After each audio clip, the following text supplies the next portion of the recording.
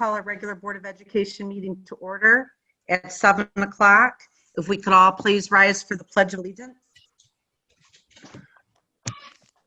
I pledge Allegiance to the flag of the United States of America and to the and to the republic for which it stands, one nation, under God, indivisible, with liberty and justice for all.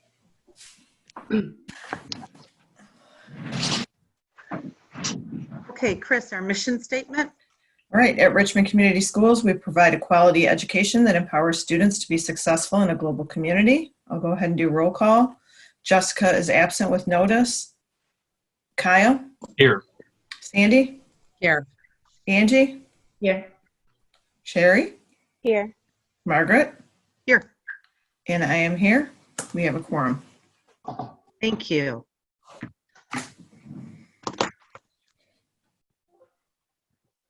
Oops, sorry about that.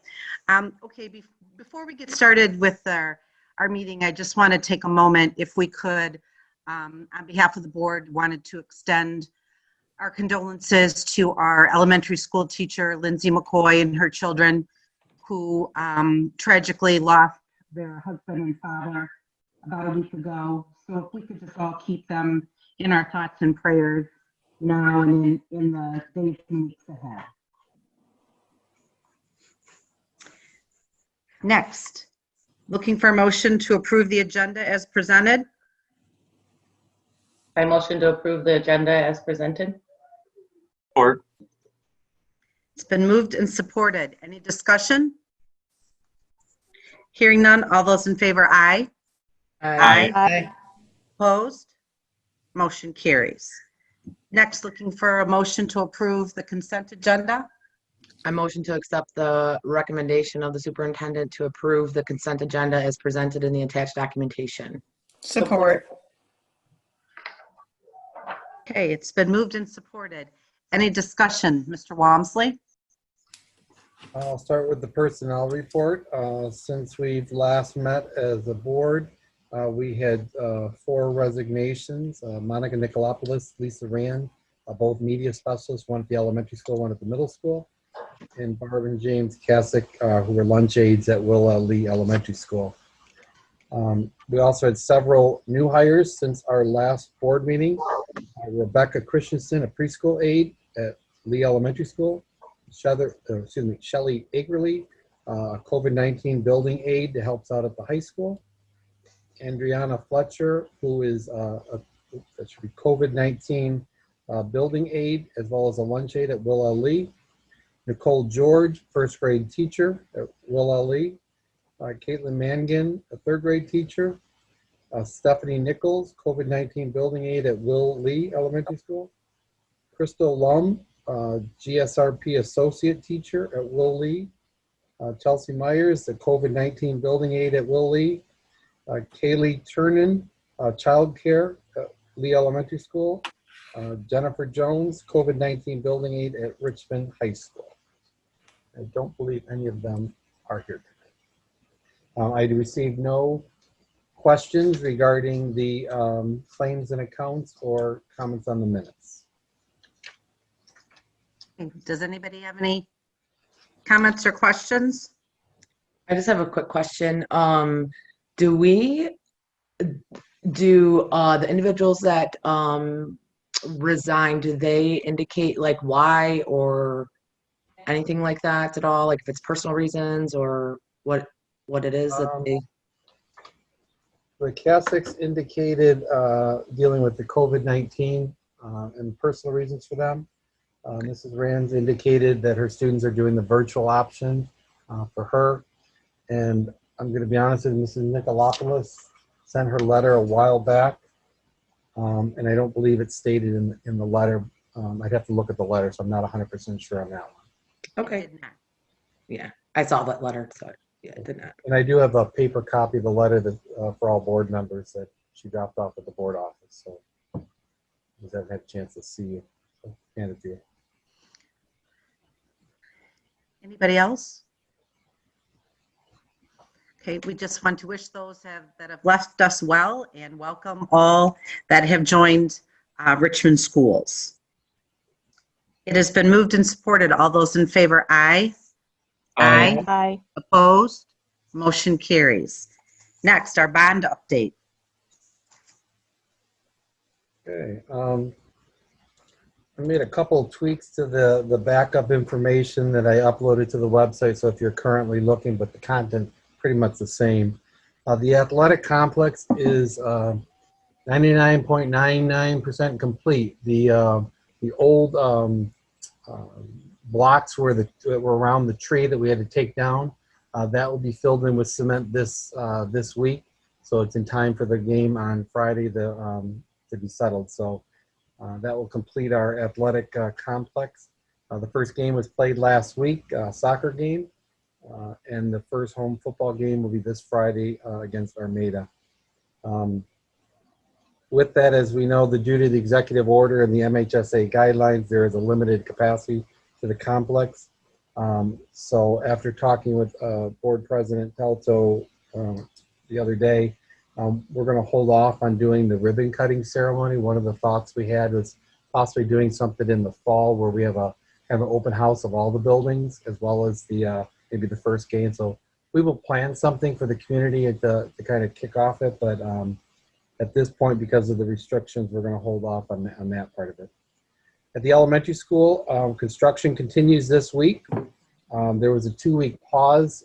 I asked the contractors to hold off being with staff coming back and setting up and the amount of traffic that the first week always provides our schools. We held off, but they are starting back. If you go out there today, you'd see a lot of the dirt move for the footings to be put in place for the new additions. As I mentioned before, the temporary egress and outside walkways have been installed around the building and in the building. Middle school and high school, we finished the page turn walkthrough last week. We are planning on the September 24th to give the board an opportunity to provide input on the drawings for the middle school as well as the high school. We will also be presenting the grounds, the parking lots, sidewalks, the reconfiguration of roads, etc., to get board input on that one. Brian, you said the 24th. Did you mean the 28th, that meeting? Yes, I do. For some reason, I keep having the 24th. I said that to several board members already. The 28th, that board meeting, the regular board meeting on the 28th. Thank you. The parking lot and roads will be phased in over 2 summers. So the map you'll see is what we anticipate doing in the first summer of 21 and the second summer of 22. Just as a note, the fire alarms, clocks, and PAs, we pulled out of the elementary bid. We are going to rebid that out as a district-wide so that we have consistency in all 3 buildings with the systems that we're choosing. We are meeting actually this week to talk about the clocks and PA systems in terms of getting the specs out there, but those will all be installed as they would have been in the elementary over this next summer. Around the whole district, it would be next summer. Yes, the clocks in that one. Next summer, the interior renovations for the middle school, high school, and elementary school will all be taking place. So literally as school gets out, we will be taking over the buildings to start the renovations. So next summer is going to be a busy summer around here. And that's it for bond update. Does anybody have any questions?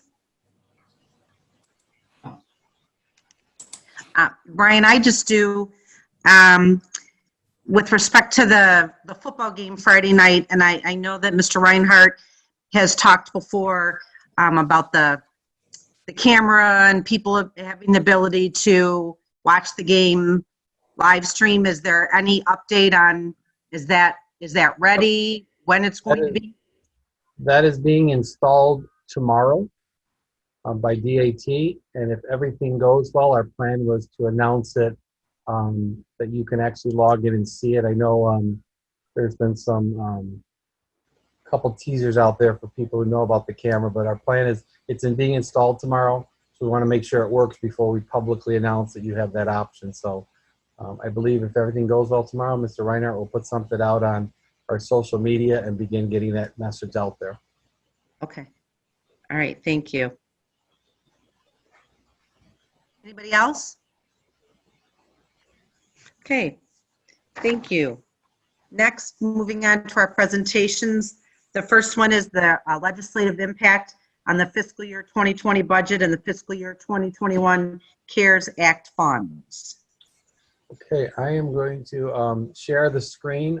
Our goal between Mrs. Shad and I is, as you know, in July, and it showed up in our August state aid payment for last year, the 1920 school year, or otherwise known as FY20 budget.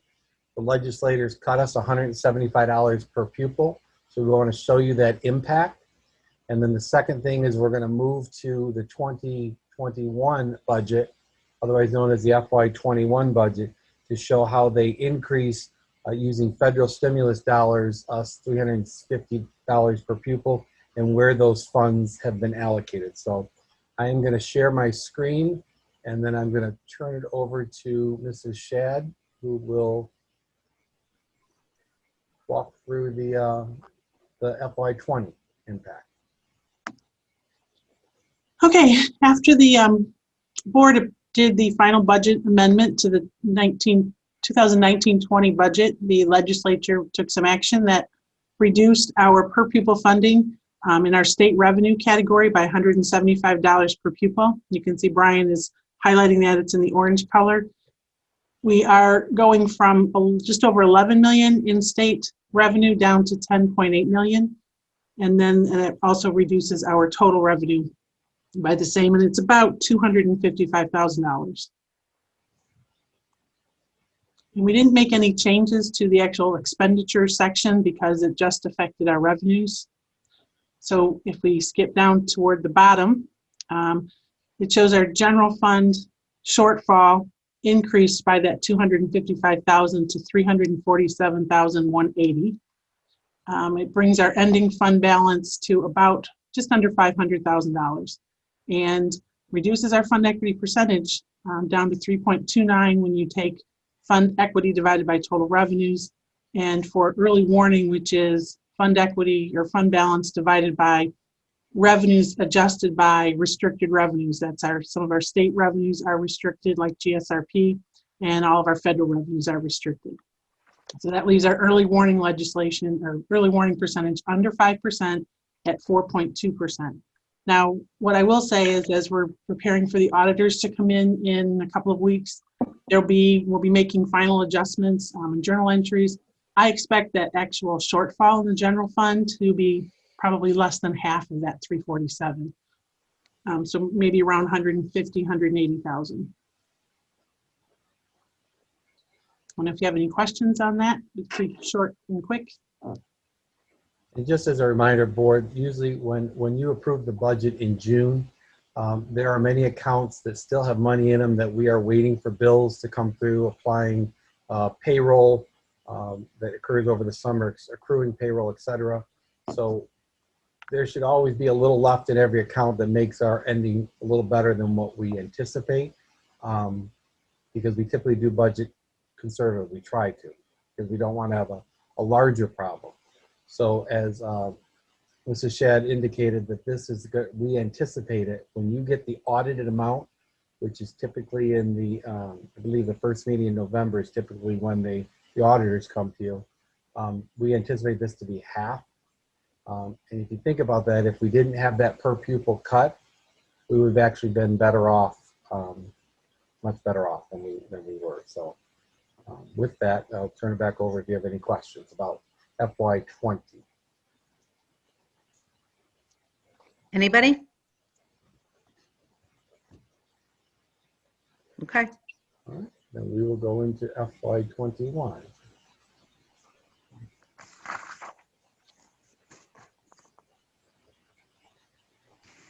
Can you see the FY21, Tammy, on your screen? Yes, I can. Okay. So I will let Tammy start. Okay, again, we started, the first two columns are what we just went over for the 1920 year. The lighter yellowish orange color on the far right, it's the impact of the legislative changes on the 2021 budget since we adopted the budget back in June. We did not change state revenues. Those stayed the same. There's no highlight in yellow. They're still at just under 10 million. Federal revenues, in exchange for the 175 cut, they increased the coronavirus relief funds by $350. So that gives us another $510,000 in federal revenues. Then in the purple, the next line down, under coronavirus relief funds, district COVID costs, that was about $12.32 per pupil, which gives us about $17,964 in federal revenues. And then we also received an ESSER formula grant of $188,000. The GEAR fund, which was the governor's money that she took to allocate to districts that had higher, above 50% free and reduced lunch count. Our district falls in at about 31%. So our district is not eligible for any of the GEAR funds. So that's why that shows a zero. But we go from 857,000 in federal funds to 1.5 million in federal funds. And our revenues go from 14,835 in the original budget to 15,553, which is again that same. It's about $700,000 increase. I just want to remind the board, in this original budget, this state revenue is based on approximately 12 students down and a $700 per pupil cut. As of today, we don't know what our per pupil amount is. We do know that the revenue in the school aid fund could eliminate that $700 per pupil cut if the legislature and governor decide that. But just so you know, that number is based on 12 students down and the $700 per pupil cut. Correct. So I will go down to the bottom. As you see, we have not changed anything that the board has already approved. But when you get down to the bottom part of this document, and I did upload this to the website. This is Chad and I were working on it, reviewing again this morning. Make sure we've captured everything. You will see there are various color codes, and this is where we have allocated the dollars. So these expenses will officially be in the budget when you approve the budget amendment. So for instance, the $510,000, this is how it's been allocated to date. We have the camera system that we put in the classroom. It was about 146 total when you complete everything in the project. 100,000 that came from the grant we received from the executive office through the Macomb Intermediate School District. Between cleaning equipment, cleaning solutions, personal protective equipment such as masks, gloves, shields, etc., we spent about $47,000. When you include payroll, FICA, and retirement, the workshop rates paid to teachers to work on the back-to-school plan, the training that we provided prior to school starting, compensating teachers who went to the ISD for Schoology training and so forth, totals about $48,000. We've made a purchase of carts with cameras for music and PE teachers to be portable, be able to go outside. Those have not yet arrived, but we did make the purchase. It's about $9,000. Excuse me, yeah, $9,000. The building subs, when you include the rate we pay to EduStaff plus their daily rate and the increasing over the days, we have approximately 2 per building. That equates to about $37,000. I'm probably going against what Tammy likes to hear because I'm rounding down and I probably should be rounding up, but it's about $37,000. The COVID-19 aides, we've hired them. We have 2 per building. The hours that they have, depending on the times that they work, some buildings have a few more because of the timing that they're in the building. But that totals, when you add the payroll, FICA, and retirement, another $40,000. The signage that was around the building, the stickers on the bathroom mirrors, the walls, the doors, the stickers on the floor, and so forth, paid about $5,000. The letter of agreement to return regarding the virtual learning and instruction with the REA was about $37,000. The cost of the laptops that you approved at the last board meeting for grades 2, 3, and 4 was about $117,000. The bags and cases, which are between the two of them together, total about $20,000. The pumps and pump sprayer supplies, we have pumps that we spray down bus seats, playground equipment, etc.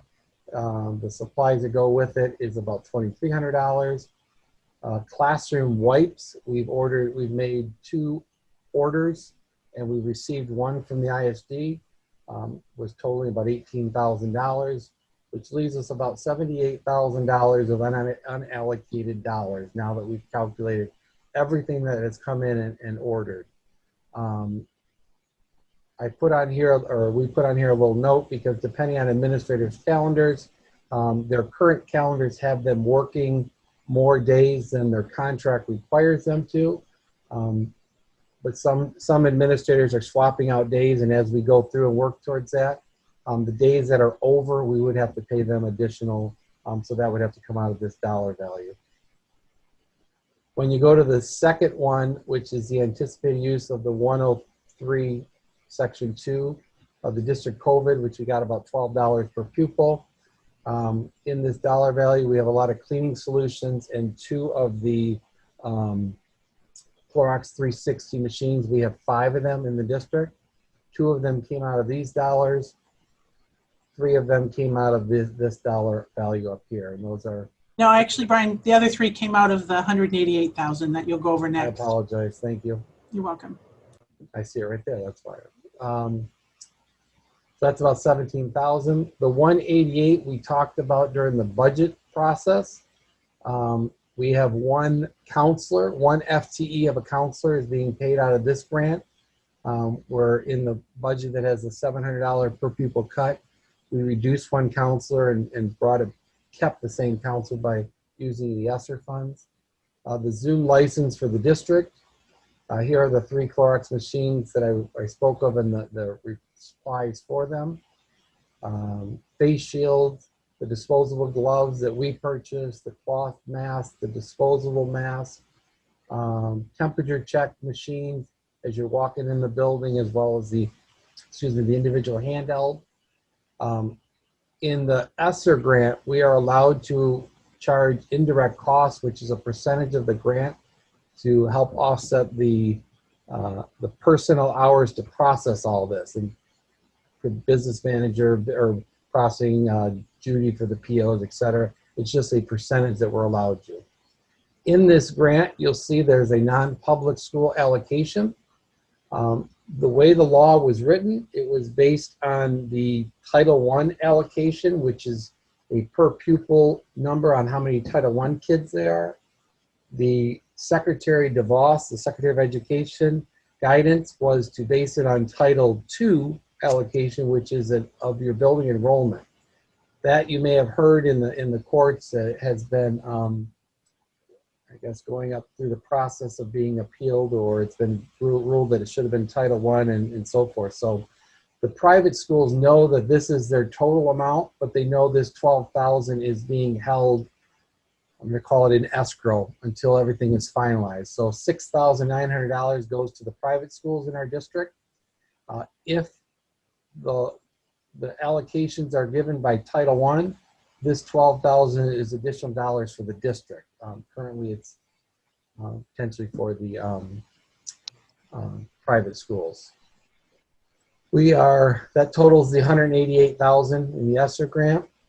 We have applied for a competitive ESSER grant, and the initial allocation that we've been given, if we do get that grant, is for $37,700, but we do not know if we will receive that or not. So When do you find that out? I believe September 30th is the deadline to submit the grant. My guess is it's either going to be mid to late October, depending on how quickly they work at the State Department to process the grant. Though I wouldn't necessarily count on that, because we've heard conflicting kind of stories as we sat in on webinars. We've heard that it's you just got to submit it and you're given it. And then we've heard, no, it's a competitive that depending on who applies, you may or may not get it.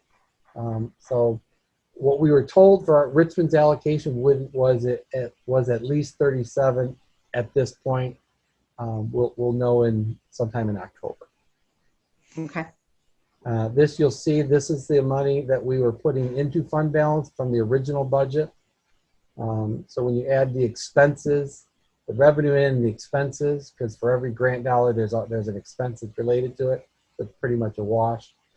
You'll see where we fall in the fund balance change. If this number comes in better, which we anticipate, that would mean our starting fund balance would be higher than what it currently is reporting. But we kept the numbers the same that you had approved in June. Any questions on the legislative impact?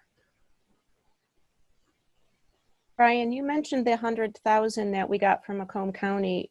Is that listed in the revenue? It's not listed as a revenue yet. But it will be in the audit, or the amendment budget. We'll list it as, and Tammy, correct me if I'm wrong, it will probably be, if it's coming from the ISD, it will be a revenue from inter-school it will probably be listed as inter-school revenue. Yes, inter-district sources. Inter-district sources.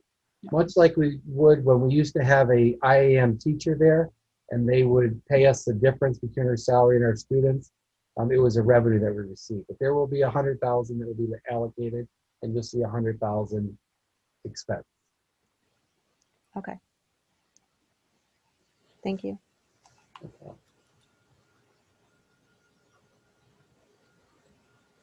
Anybody else?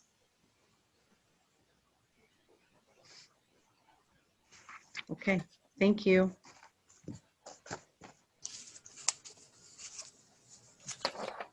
Next, the extended COVID-19 learning plan for the 2020-21 school year. Okay, I am going to start by sharing a screen with you. As part of what the legislators did in, I believe it was in early August, they passed as districts were finalizing their return to learning plan. The legislators added what they're calling the extended COVID-19 learning plan, or section 98A, what districts now have to do. So what you have before you is a chart that the Macomb Intermediate School District put together to try to make heads or tails of this legislation. So I'm going to start on the left side and work my way across through the year. There are several deadline dates that have to be met. The first one is goals, educational goals, which is what we're going to share with you tonight. The district will establish all of its goals under the COVID-19 return or learning plan by September 15th.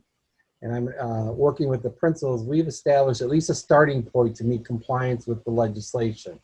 We're kind of shooting in the dark on this one because we don't have baseline data to make a goal. And typically when you're trying to make a goal to improve, you look at how you've been performing or what you've done in the past and go from there. For us, it's been 9 months since we've had a last data point. And so it's somewhat challenging to predict what the impact of the first shutdown and the summer learning loss that we typically experience would be. So that's the first deadline. Brian, can I just ask a question? Yep. That being the case, then what we have to do, what is the point of it and what's the effect on us? The point of it is, number one, we met compliance with the law so that we're not in compliance. That's really it.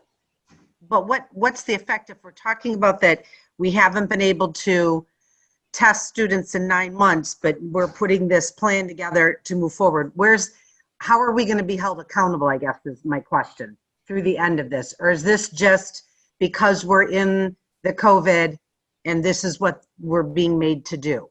we have to establish two goals, a mid-year goal and an end-of-the-year goal. And we are going to be held accountable by February 1st in this middle section. We're going to have to report our progress. So what we are putting in our plan is we've set some target dates based on data, the last 2 years, in some cases Last year. going back 3 years because of the timing of the assessment, Okay. which I'm going to show you in a minute. But look at how we performed. We took an average. So the average of the last 2 years, how did our buildings do? And that's going to be our target goal to at least start with. We know we may have to adjust that up or down because once we get our fall data, we may be closer to it and we may need to adjust our target higher because we feel we can meet that higher target, or we may need to lower it because of the shutdown and the summer loss. I mean, 6 months of no formal school, we anticipate it's going to have an impact on students. So when you say about how is it impacting us, we're going to have to report our progress in February, and then again, we're going to have to report it in June. Okay. Are there any, have they said any, like, outlined any what happens if we don't meet our goals? This is, I would equate this as we are building a plane as we are flying. We get little bits of pieces each day or each week for kind of clarifications. As this legislature, you're going to see in one moment, this particular section here is problematic, and so the legislature is already looking at adjusting that. At this point, there's no real penalty other than we have to report it on our website, and it has to be on the transparency report so the public would see whether or not we made our goal. Okay. And so families that are shopping around or looking at that data, that may sway them to a district or not if they just look at that one piece of data. Right, but we're not, maybe hopefully they're not talking about loss of funding or anything like that. Well, Angela, that's really what that's where I was going to. What's the point of this? At this point, I have not heard any of that. Okay, thank you. I don't know. I guess I just think it's interesting. All that we had to do to get ready to start, and then by a September 15th date and a October 1st date, all of this, I don't know. I just think it's curious. I think I would, I'll speak on behalf of the district, and there may be an outlier out there. I think this is a lot of busy work and taking us away from our focus as a district, not only Richmond, but others. Our buildings already do this in their school improvement process. This is, in my eyes, duplication of effort.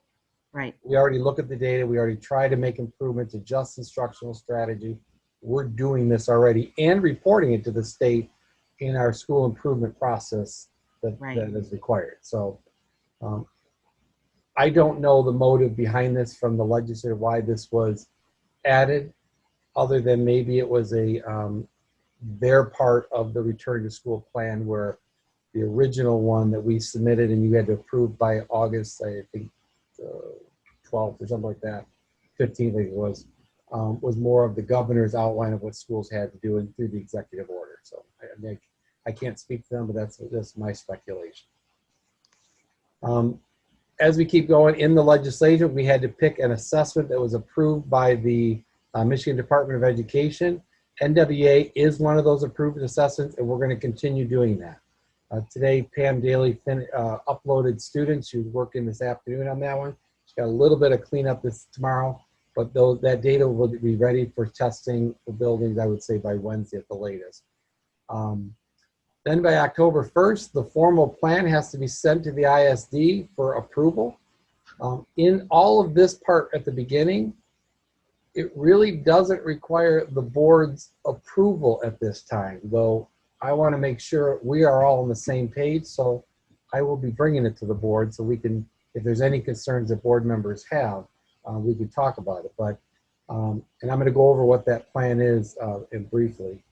And then now, once October 1st goes, this is the part that the board, once it's been submitted to the ISD and approved, then every 30 days, the board has to meet and review the plan to see whether you're going to make any changes. And part of the plan talks about how are you delivering instruction, whether it's going to be in person or virtual.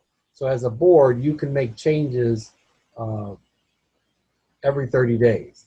Where this becomes problematic for some boards, I don't see it in our calendar, but where you have board meetings that have one meeting a month, and let's assume with the Christmas holiday break, it's the first Monday in December, and you don't have the meeting till the third Monday in January, that's more than 30 days. So some boards are going to have special board meeting just to review the plan. Again, for our district, based on the calendar we typically use, I don't see this as a problem. We will then monitor the plan, and then we will report out as the Michigan Department of Education and CEPI requires us to report out on how we did in meeting those goals. So this gives you a kind of a quick shot of what we have to do for this year. And so this is the template that you have, the second document that you have in your packet is, it literally goes through what page in the legislature and what due dates, when it has to be. It's more of a narrative, but it's as similar as the visual that I just showed you, and when things have to be done by. But the actual template, this is the template that was put out by the ISD for all districts in Macomb. Similar to the template that we followed, we did customize it for Richmond for our return to learning plan. But this is the template, and in the template, you fill out the information about your district. These are the stuff that we're looking at. Statement about student engagement and activities. This is the educational goals that we'll speak about. We have to include in our template how instruction will be delivered virtually and in person. Core academic instruction, how we're going to deliver instruction virtually. It's more of the narratives, how we're going to address students with disability. District guidelines in consultation with the local health department. This is already in our plan, how we're going to respond. So we're going to take a lot of this and put it in this plan, what we've already done. Student-teacher interaction, both virtually and in person. The assessments that we're using, in this case, NWA, the descriptions, timeline of when we're going to give that assessment, etc. So you can see on this there, this is what the statement is that's required. There's some templates language here that is consistent with all districts, and we will add to that, that language. This will be presented to you at the September 28th board meeting to be sent to the ISD before October 1st for their approval. And again, these are the goals. This is some of the template language. It's similar to what we're going to look at. The goals that I'm going to show you in a minute, we're going to follow those, and then this will just be, we may need to have to adjust them based on our baseline data, which is also stated in here when that baseline data becomes available. Again, how instruction is going to be delivered in person, virtually, digitally, remote, etc. It's more of the narrative responses of what we already have in our return to learning plan. So from that. Ryan, I have a question. I don't know if you might discuss it here coming up, but will students have to take the M-STEP in addition to the NWA, or will it only be the NWA this year? They still have to take the state assessment. The state superintendent, Dr. Rice, has applied for a waiver, but our Secretary DeVos has indicated that she is not granting waivers for state assessments. So just to give you a magnitude, coming up in mid-October, our current 12th graders will be taking the SAT that they would have taken as 11th graders in April, when the school was shut down. We will then follow up next March, April with the M-STEP, as well as the current 11th graders will then take the SAT. And then we also have the PSAT for 8th, 9th, and 10th graders. So we still have those state assessments, and there was a request to waive them for this year, but they're not, currently they did not get waived. The NWA assessment that we will be assessing, virtual and in-person students will be taking them they'll have a scheduled time for virtual that they can take them from their laptop at home. So in front of you, I believe you see this blue and green chart. And this is basically the building averages at this point, because this is what I kind of referenced. We're kind of shooting at the dark at this point. We don't really know what our fall data is going to be, our baseline.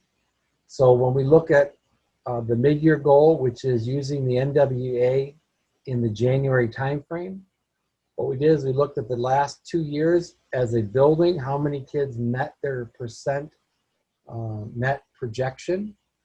At that time, it was 60 and 70% at the elementary buildings, 56 and 59 and 55 and 58 at the high school. So this is our goal. We took an average of them. It was our best guess of where we think kids are going to fall. When you look at the end of the year goal, because we did not give a spring 2020 NWA, we're actually going back 2 years and 3 years and taking the average. And that's how we came up with this end of the year goal. You have to have it in reading and math. So these are our goals as a building average. We're shooting for 65% mid-year and 72% in reading. This is typically in the high school, and I know it's going down. We do see typically that trend. And part of it is, to go to your point, Board Member Pacito, the amount of testing that's done in the spring on high school kids with PSAT, SAT, and even to some extent at the middle school, because they have a lot of assessments that go late into May, it becomes much more challenging getting that growth from the mid-year to the spring. And then you'll see the math goals here. So basically what I did was the administrators and I sat down and met by building. They pulled their data for the last 2 years or last 3 years. We said, well, let's at least, this is our best guess for a starting point. So this is what we're posting as our goals for mid-year and end of the year. Any questions at this point? And I'll just, I know you may be thinking of a question, but just leave you. By doing this, we've met the compliance of the September 5th. We've established our educational goals. We'll post this on the transparency report so that parents will be able to see it. No fall baseline data we have. The target goals may need to be, will be adjusted as we get that fall data. It could go up or down depending on that data. And just a note that we didn't give a spring 2020 NWA assessment because of the shutdown.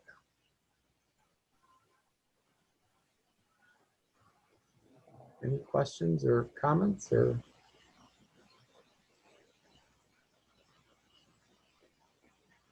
I believe, and I think the administrators will agree, this is a duplication of effort. This is one thing that I think with all the focus that they've had on trying to get their buildings up and running, get staff back in an educational mindset, working through all the glitches that we've had to work with regarding launching this year. We'll do it. We're gonna make, we'll be in compliance, but it's taking the focus away from what we really should be doing, in my eyes.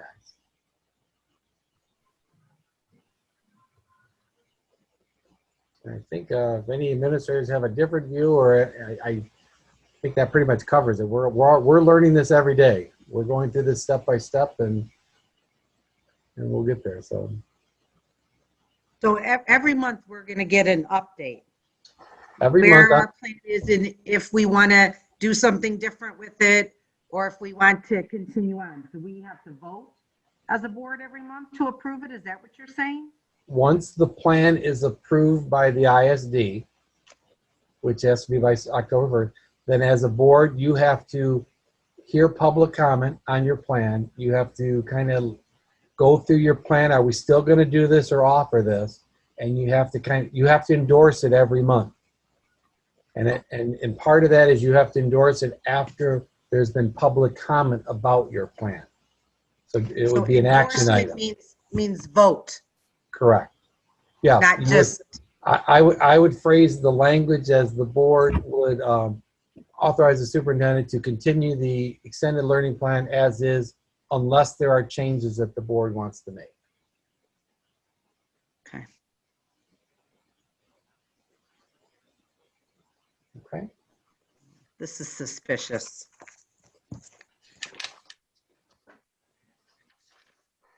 Anybody else?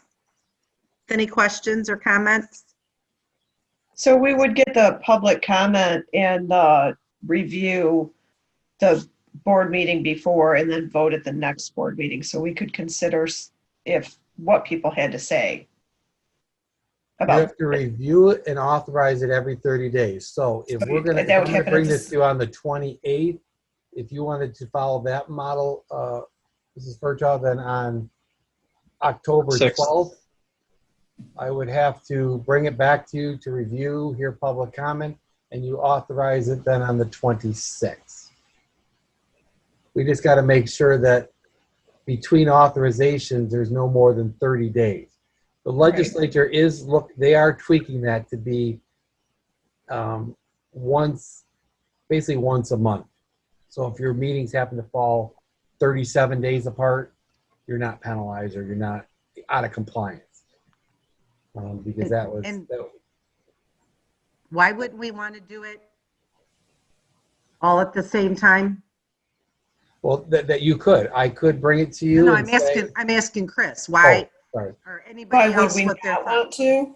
Because it would give us a chance to hear what the public had to say about the plan and how it's working for them or not working, and then give administrators a chance to adjust if they need to and present something that we could actually vote on. Because if there were areas that needed to change for some reason, it would give the public the opportunity to speak to that.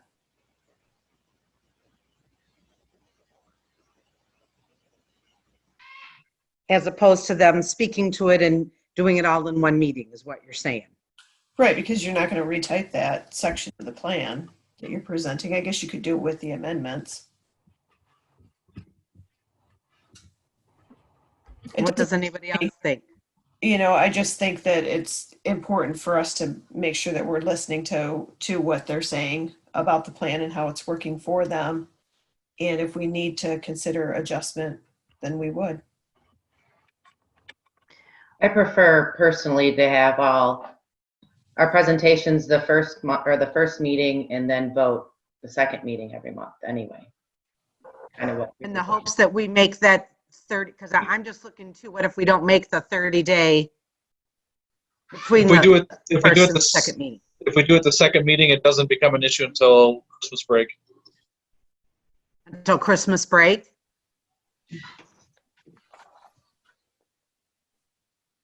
Because there's only one meeting scheduled in December. Right. What do you prefer, Brian? I would prefer to present it at a meeting and then you guys endorse it. If there's issues that we're hearing, I think that between what you guys hear from the community and what the administrators are hearing, we're going to have to make adjustments to the plan and bring it to you ahead of time.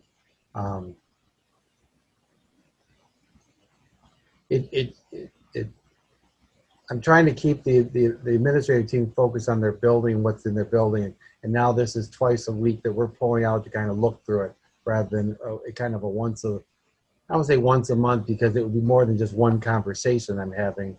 But that becomes our focus is, okay, at the end of the month, let's check in how we're doing. Let's see is what we've had working. Do we need to make changes to it? But I do also realize that if you're hearing things or the public is changing or what they're looking for, we would need time to react and be able to thoughtfully put something together and recommend to you. So I also understand that perspective. Yeah, but if we're talking about it every 30 days, then at that time, like if we did it all at the same time, they would be like within 30 days, we would be hearing feedback and whatnot and be able to make those changes for that. I mean, for that next time, you know what I mean? Like it's not that long of a time that we're going to be approving it anyways, I guess is what I'm saying. So like, I would be okay with doing it all at one time. Because we would be getting feedback and everything for 30 days. You guys would be, I'm sure, working to make changes and whatnot. And then, you know what I mean? Like we're looking at it every 30 days. And if there was something, they say it has to be at least every 30 days. If there was something that drastic, if we did it the second meeting every month and something really needed to be changed, we could do it at the first meeting the next month. It would be within 30 days. Yeah, we can always still. That's true. And I guess I'm looking too, I'm thinking along the lines, you know, that you have the public comment on it, but where an issue that is maybe a parent issue, something like that, or are we looking at educational? I don't know. I guess I'm just thinking if we did it all at once, we hear what they have to say, and I agree, like what Kyle says, then within that 2 weeks, whatever could be fixed, if that's the word you want to use, could be fixed by the next 2 weeks, we still meet that 30-day. I just want less work for the people that are running the buildings and our superintendent for this. I think part of this was for districts that chose to go virtually right off the bat, all or nothing. Everybody's going virtual. And there were some communities that groups of parents didn't necessarily agree with that. And so this is part of the process, that if you have chosen that, it gives parents and the boards to reconsider what they've done for in person. We're in a different situation because we have both options available. Right. You could, as a board, say at some point, based on what you're hearing from health experts, et cetera, we want to begin phasing out the virtual option if that's a way the board wanted to go. I would see that you would let us know that that's the intent, and it gives us time to figure out how we're going to phase that out in the next time we bring it back to you. But see, again, we're in a little different situation because we didn't say we're 100% virtual or we're 100% in person. We gave families an option. Right. So are you saying that there's not going to be a whole lot of changes happening every 30 days because we're already back almost full capacity in person? So it's just a matter of, are we going to bring everybody back face to face? Well, yeah, right. But that could be just because, Sherry, things get better. You know what I mean? And we decide as a board. Right. Yeah, you know, But so that if could they happen don't, anytime. But what I'm saying is that there shouldn't be a whole lot of changes probably Right. every 30 days. I don't think so. Yeah. I don't anticipate that there's a whole lot of changes. I think maybe as an administrative team, we tweak some things because we've learned things. And I can say all of us are learning for the last week on this whole virtual experience, because we've never experienced it. And we're learning how to make it better. But I don't see major changes coming. I don't foresee that, especially this year. I would envision we keep this option for parents for this year, because that's kind of the mindset we've all planned it. Correct. And I just think our plan was so thorough from the beginning that there isn't room for there to be drastic changes. I mean, every scenario was thought out. I think, like you said, it's just double kill. I think it's once every 30 days should be just fine. I don't think there's going to be much to change. Yeah, I agree. Yeah, and I think if we have any, they may come at September 28th, just because the first few weeks of school, trying to get everything figured out so everybody's cruising along. I'm good with that. So the plan is I would bring this back to you guys at the second meeting in October. Well, I'm going to bring it in the second meeting in September for here's what we're doing. Here's the document we're submitting. And then October 26th, November 23rd, and then December 14th, roughly those dates. Yes. And I would really ask and encourage any board, if you are hearing things that aren't going well, let us know, because as an administrative team, we're trying to make this better and improve and learn from this. So. And then in January, we'd have to go to the first meeting, January 11th, to keep within that 30 days. Right. Hopefully by then, they'll have the law changed so it's once a month. Right. Yes, you are right. Okay. Okay. Next, moving on, our first reading of our new Board of Education policies through Troon Law.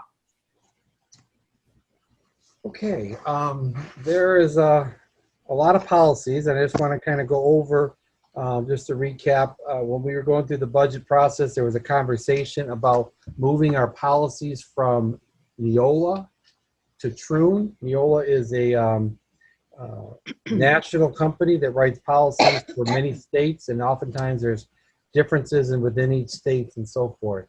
And so we talked about and directed me to move towards over the summer the policies written by Troon. So what you have in front of you are those policies. I've spent 4 days, 4 half days, excuse me, going through their policy implementation training seminars in which they go through each policy. The template that they've given us and the policies that you have in front of you is everything that is in black is what Troon is telling board members. This is what we would like to see in your policy. It's basically the law in many cases. There are some that the law doesn't speak to a policy, but it's their recommendation, if you will. If we're going to change anything in black, I would ask that we table that policy and we review it with the attorneys, what your intent or what you would like to see it. In each policy, they give us some discretion to start customizing it to our district. In most cases, it's when we're adopting them. But there are areas that are highlighted in yellow. On their actual policies, they highlighted in the turquoise, but I didn't want to confuse what's in the table of contents and what's in there. So I highlighted them yellow and so forth. But what I'm going to put up in front of you is the table of contents. And if you will, I'm not going to put each policy up because it will take a while flipping screens, but I'll just go over the policies. Basically, we're doing about half of them this board meeting, and we'll do the other half the next board meeting. The difference in Troon is there are basically 5 sections. Series 1000 are basically your policy, your mission statement, your definitions. The 2000s, which in Neola was more of the zeros, like 87, 89, 420s, etc., are the bylaws. This really speaks to the board, the role of the board, the legal name, the district, etc. The 3000s are the operations and finance and properties sections, where we're dealing with insurance, cameras, booster clubs, service animals, etc. Finances, etc. The 4000s are all the employment in Neola. 1000s were administrators, 3000s were support staff, 4000 I think was professional staff. All of that is put into one section for district employment. So when we're talking about any of this, it's related to anybody who works in the district. And finally, you get to the 5000s. I should say finally. Which are the student curriculum and academic matters, which deal with all student-related issues. And some of this we've already adopted, like this particular policy. We adopted this policy 5206 previously when we redid our student discipline process. And then when you get to the end, that's where it ends. So the items in this table of content that are in red are coming up at the next board meeting. The items that are in blue are the ones that I'm going to touch on at this board meeting. So I'm going to go through the policies and address the areas that need the board to either accept my recommendation or give me direction on what you'd like it to see. So when you look through, and I'll just read the total, and the policy 1101, general policy, there's no changes to that one. It's just the adoption. We would adopt Troon. 1201 mission statement, all there is, I inserted the mission statement of the district. Policy 1301, creation, amendment, and posting of district policies. It would be accepting the policies written as Troon has written it.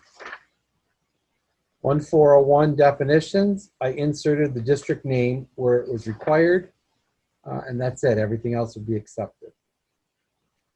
2101, the role of the board and board members, talks about the what the role of the board is, adopting policies, evaluating superintendent, et cetera, employing.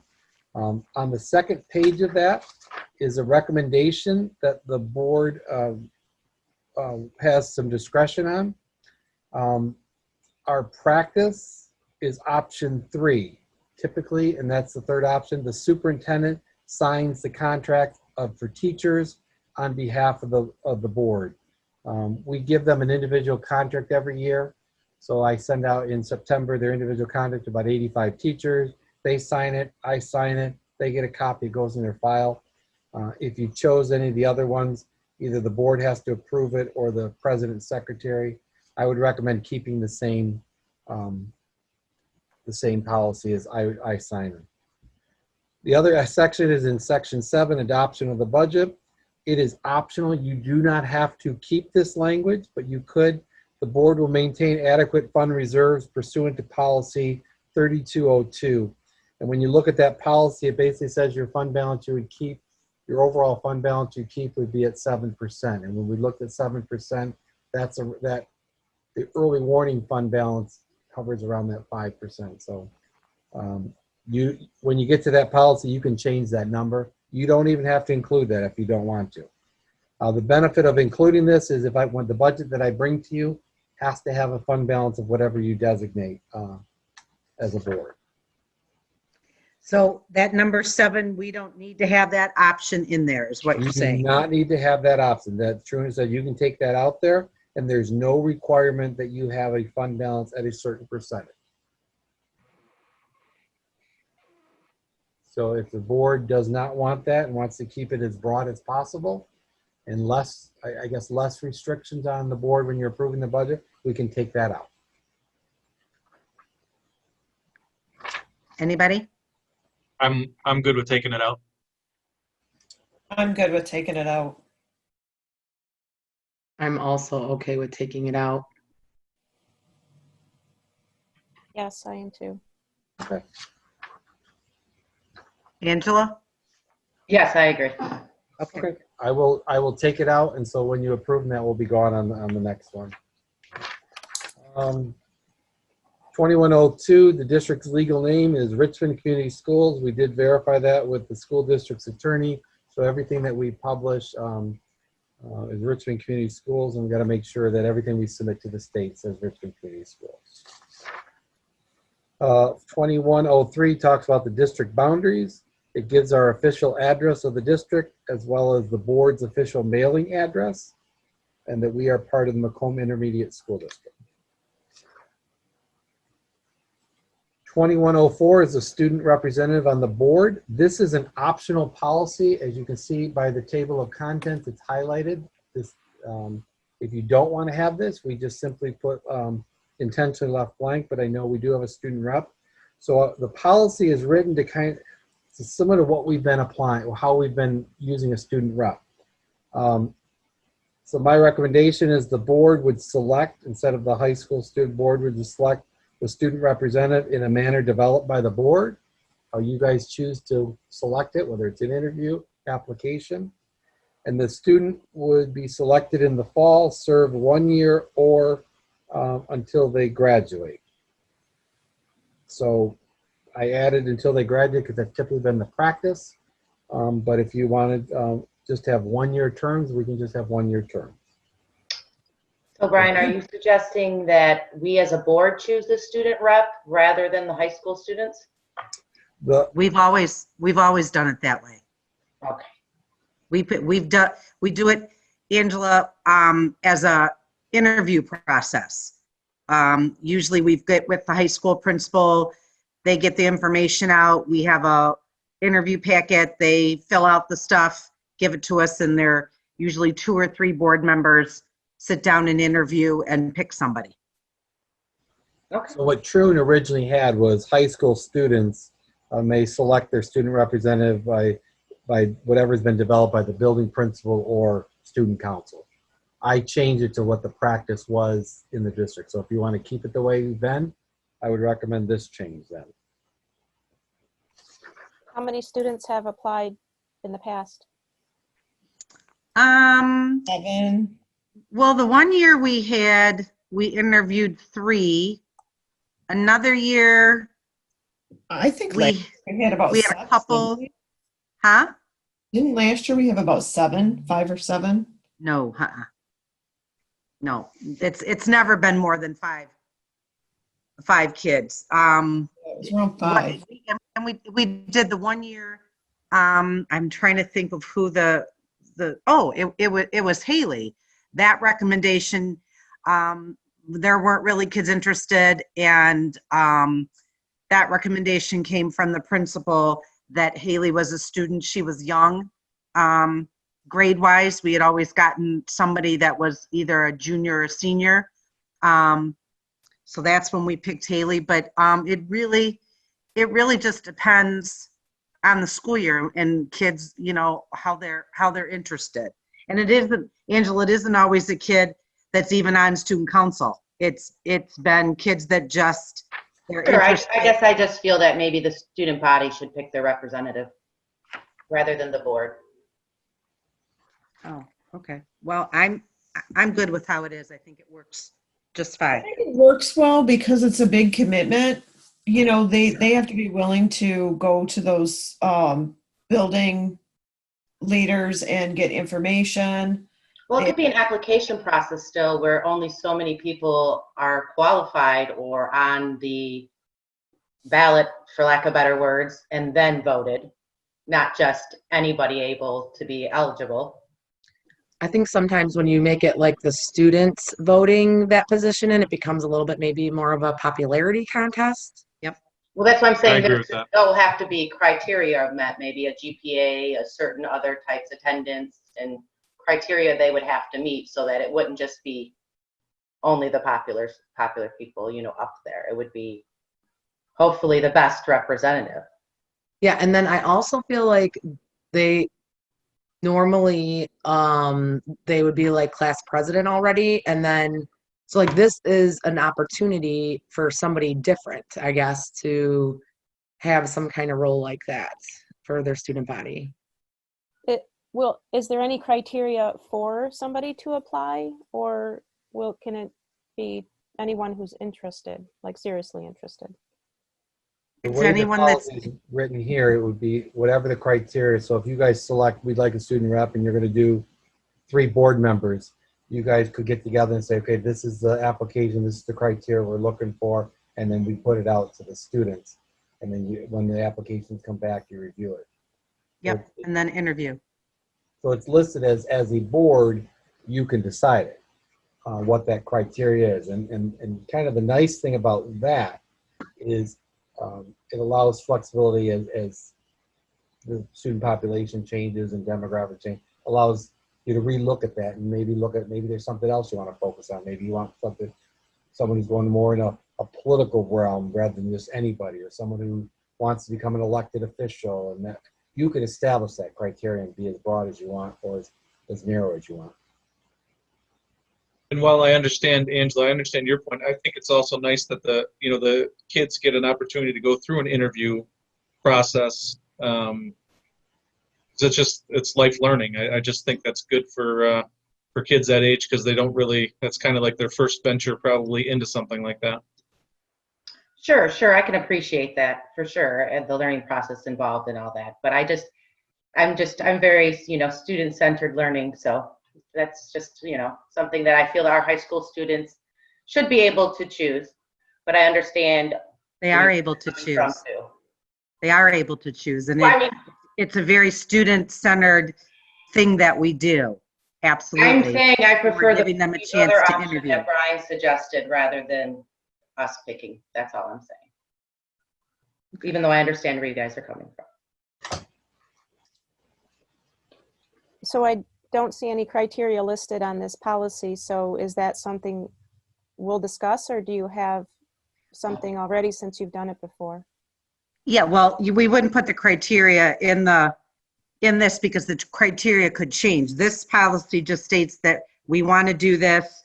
This is how it could be done. And then, as we do it, because some kids we get for a couple years, Haley we had for 3 years, it depends what age that we get them.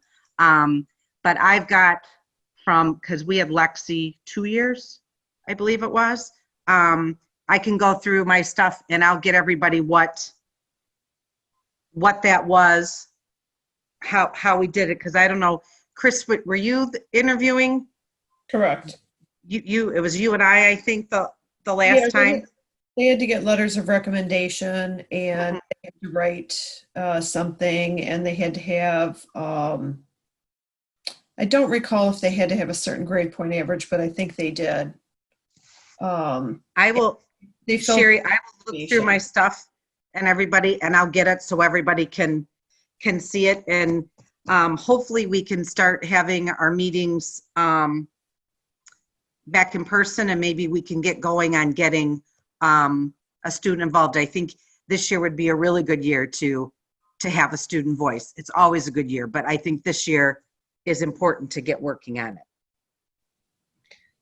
So does it say, Mr. Walmsley, I don't remember what you said. Does it say that it's for like a certain amount of time? Is it 1 year or is it just until they graduate? Like, The way it currently is, and again, I just followed how we've done it. It's they serve 1 year or until they graduate, whichever is greater. So if they're a sophomore getting on, they could be 3 years on the term.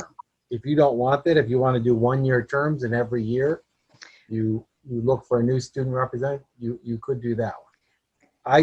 I added or until they graduate, whichever is greater, because that's what we've done in the past for the last 2 student representatives. And I think it works how you've got it there, because let's say anything could happen. Someone could do it for us for a year and then it doesn't work out. Maybe they get a job or something and they just can't finagle being the board rep. Well, then they would let us know and that would end, and then we'd have to pick somebody else. but what if they can't do it? Like if they're something like whatever gets in the way and now they're not able to do it after the first year. But what if they're not doing a great job? We're not happy with them. And, yeah. Well, I'm going to tell you, in all the years we've done it, we've never had one. But I guess that would work in with the criteria. I guess a little thing that, I don't know, I guess we would have to figure that out. I could take that language or until they graduate and change it, period after June 30th. The board has the discretion to extend the term. So if everything's going well, you can extend it another year. If everything's not going well, it's 1 year and then we start the process over. Well, there's a couple of reasons why I think that maybe we should change it for a year. One is being like, what if you do come across someone who isn't, doing their responsibilities or whatever appropriately? And 2 is it would give then other students an opportunity, like, this opportunity. So you're saying make it more of a, instead of you've got your spot and you're with us till you graduate, that maybe it is just 1 year and then the next year it's somebody different. Yeah. I agree, Sandy. I was going to mention the same thing about making it just 1 year, so it gives more students opportunity. I mean, and that person that we had the year before could still interview, and if they're still the best person for the job, then we could pick them again. But I think that I would be more for seeing who else is interested, seeing if somebody else would be better. And I wouldn't want to put the criteria that if you're not working out, because that's not. That's not. Yeah, we'd have to word it a little bit different. Yeah, right. But I think doing it every year would give students more chance. Yeah. Than just one. So just take out and end it June 30th period. Yep. In this policy. Yep. And then we can work on the rest of it after that. That's what I think. Sherry? That's making it 1 year, and then we can interview others for the next year. Yes. Yep. Okay. Okay, I will make that change. 2201 board policy and general policy is really all the legal authority that what you have as a board and what you can do. So there's no recommended changes here. That's going exactly what Troon, and it references several legal authority. Authority to enter into contracts. In here, it just allows the board to enter into contracts. Again, there's no changes or recommendations. It's exactly as Troon has presented. Authorized to establish curriculum. There is some recommended changes that are all the optional stuff.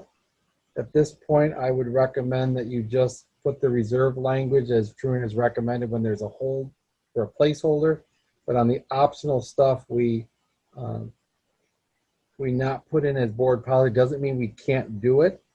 It's just we are doing what's required as far as the curriculum. And this deals with, as you can see, health education, some of the stuff that's recommended schools do, but it's not required. Sex education, etc. And then on the last one is there's a reserve for them, the last page regarding financial literacy. The one above that regarding sign language is if someone does take a sign language course, it can be, the district will grant it as a high school credit. If they take it through a public or private high school curriculum, we could have students taking American Sign Language through GenNet or as I say E2020, but that's not it. I'm drawing a blank of the online company we use off the top of my head. But GenNet is an online version that we have some students that do enroll in that.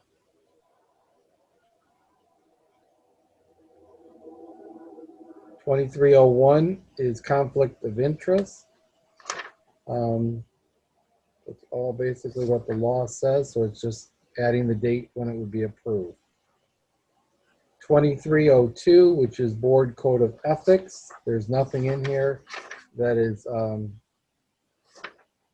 I'm recommending. It's all about the language that Truan is recommending for the board. 2303, what happens if there's a violation of the ethics?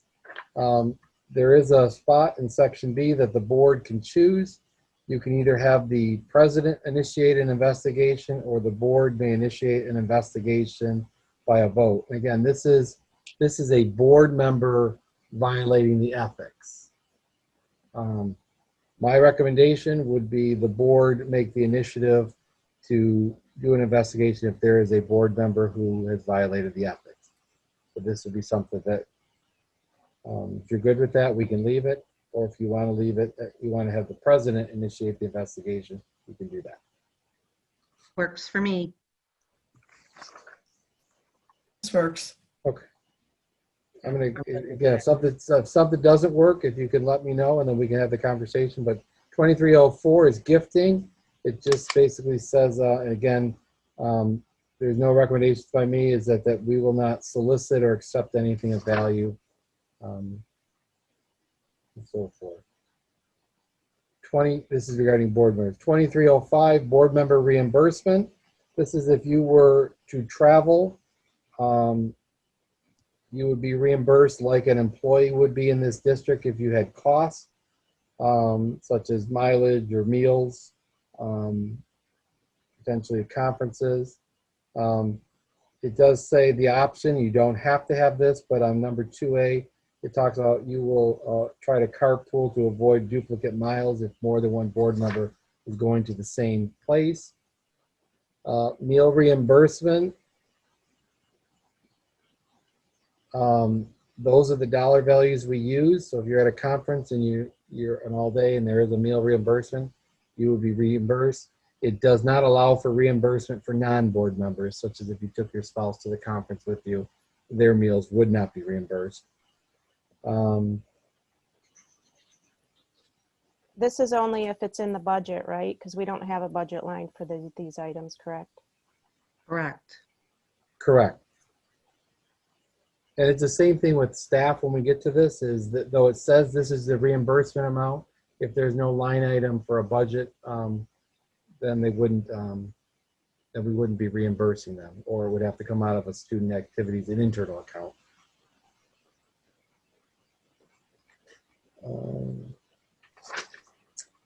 Board member compensation. This policy is a very short one-liner that the board members do not receive compensation to attend board meetings or subcommittees. If the board wants to receive compensation, I would need to, as it references here, we need to talk with the legal, we need to talk to our attorney on how that would be worded. But right now, it's the board members do not receive compensation.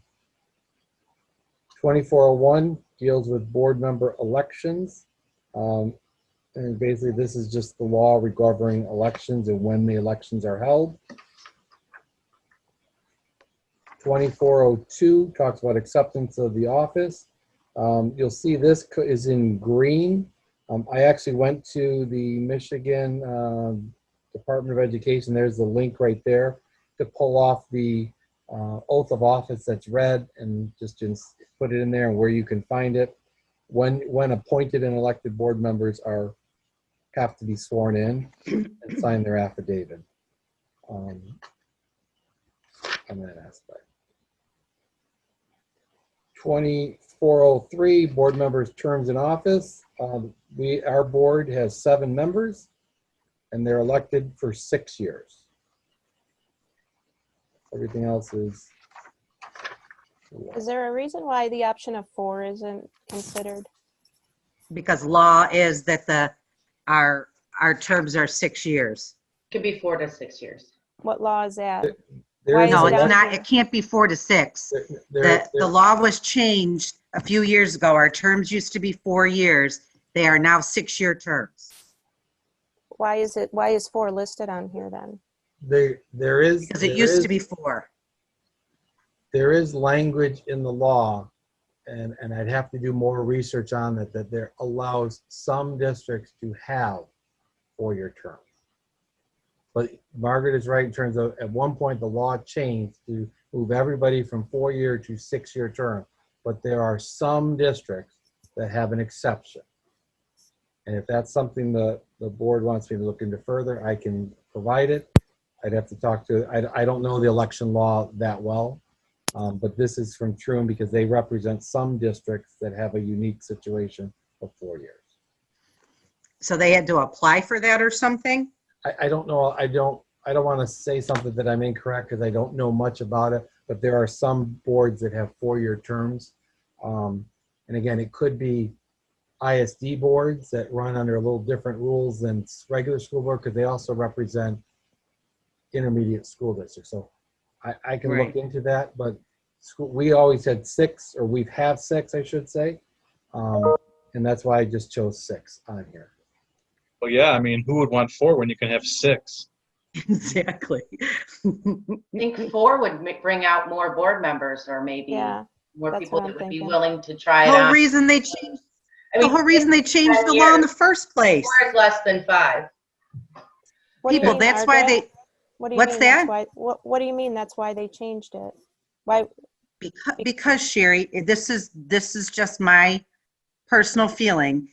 When you change it from 4 years to a 6-year commitment, you get people that maybe it's very difficult to commit to something for 6 years. It's difficult to commit for 4 years. So if you get people not interested in running for local boards, then you can turn it into local boards no longer have control over school districts. It goes above the local level and communities don't have responsibility and control over their own school districts. My opinion, that's why it's changed. There's no other reason to do it other than to try to make it not desirable for people to want to serve their community. Well, could we find out what the criteria is to get 4 years, if it's possible? I mean, I'm just curious too, just for my own curiosity. I can look into that if you want. Well, I don't want Brian spending. I mean, no, ton yeah, of I know. time. I could look it up on my own, but yeah, Brian, you don't need to spend time on that, but I'm just curious. Well, I have a second webinar coming up regarding policies, which are the second set of policies. I want to go through it one more time because Okay. I want to make sure. So I can ask at that webinar to get more clarification, and they can send me. So I Okay. have a note here to check into it.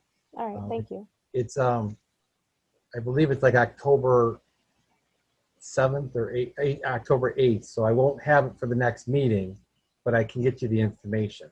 All right, thank you. If I Google it and find the answer, though, I'll let you know. All right. Pass it on to all of us. I sure will. 2404, board member vacancies and appointments. This is basically how a vacancy occurs and how you appoint, which is basically following law. You publicize it, you accept resume, you interview, and so forth. there's no recommended changes, just following what Trune is recommending. Board offices, 2405. There is a consideration for the board. Believe it or not, some board members, the treasurer is not a member of the board. I'm recommending choosing option 1, which means all board offices, the 4 offices, you must be a member of the board. Sometimes some districts use their treasurer as their business manager, is what I was told. I did not know that was an option until I went through the training. So I would recommend the 4 offices be retained as board members. On the second page, if there's a vacancy, you have to appoint another board member, not a non-board member. That's the first change in B. And then option C, basically the first option says if there's an office secretary or treasurer, the board may elect the members to be filled, or the president may appoint members to fill, is the first choice that Trune is given. The second choice I struck out because it references or a non-board member. And that would be it on there.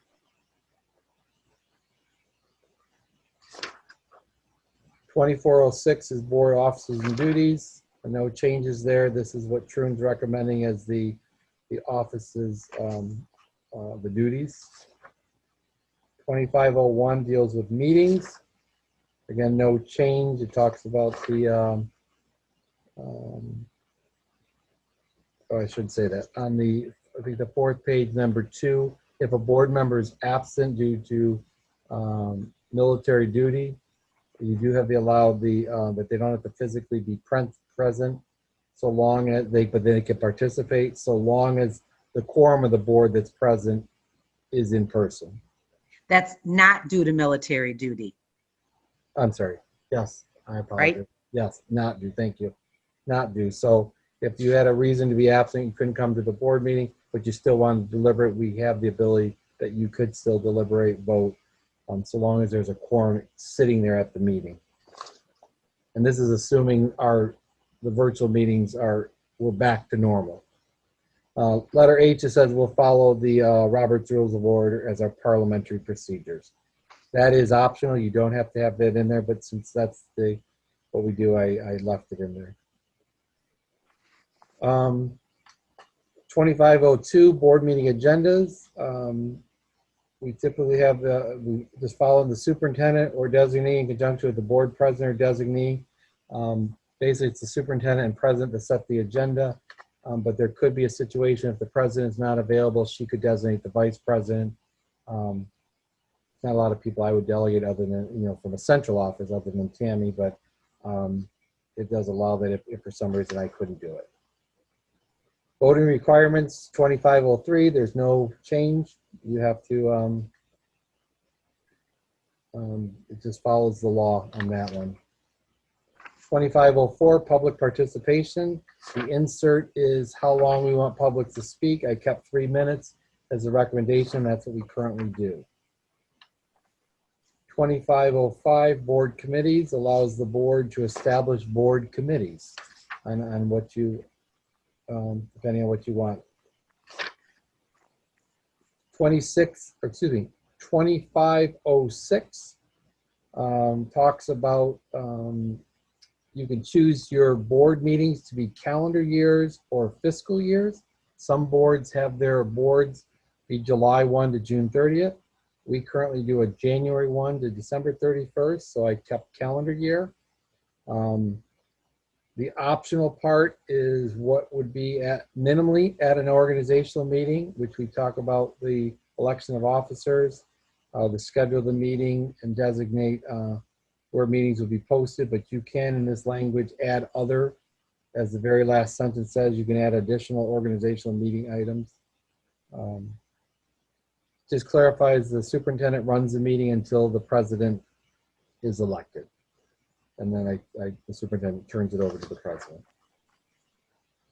Insurance, we are required by law to purchase insurance, which we do. It's basically exactly what Trune has there.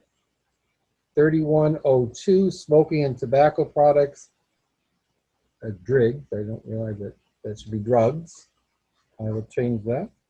The only change here, or the options you have, is you could do option 1 or 2. Option 1 is at any district-related event. Option 2 is on the back. District may prohibit the use of these products at district-related event.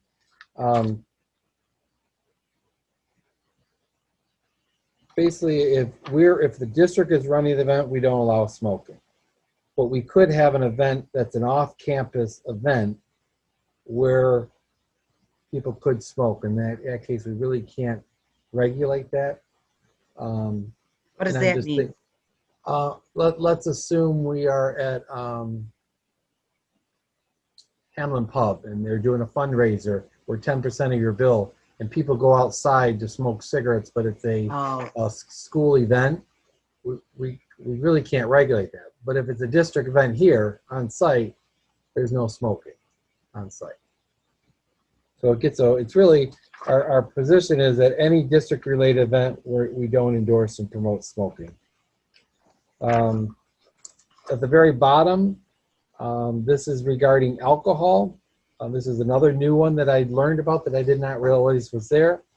I just took it out that we don't allow any alcohol on our campuses other than if we were renting our facility for religious services, that they could have alcohol during religious services.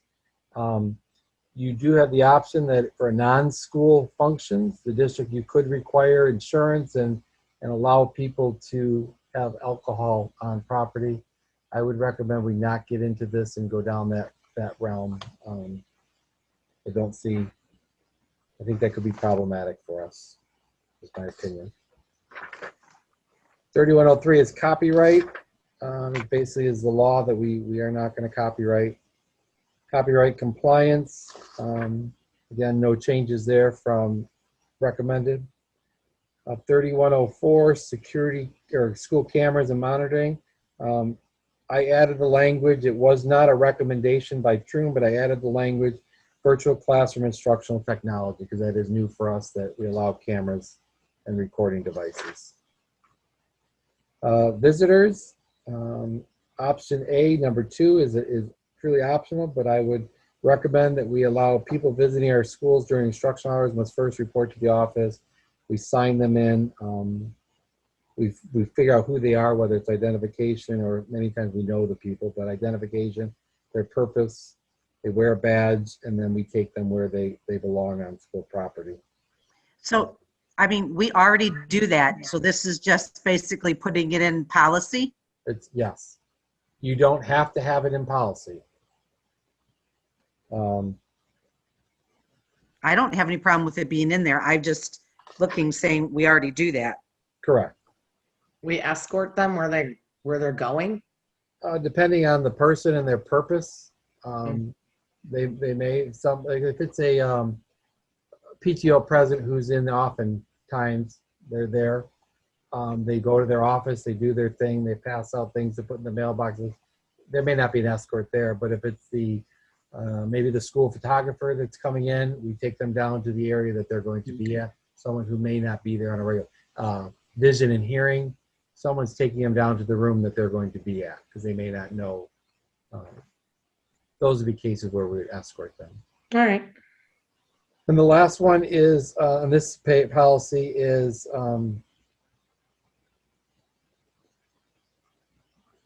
regarding a safe driving record is optional. I would recommend we don't put it in there because we'd have to pull the driving record of every person that drive students, and often with one-way travel, it would be very much impossible.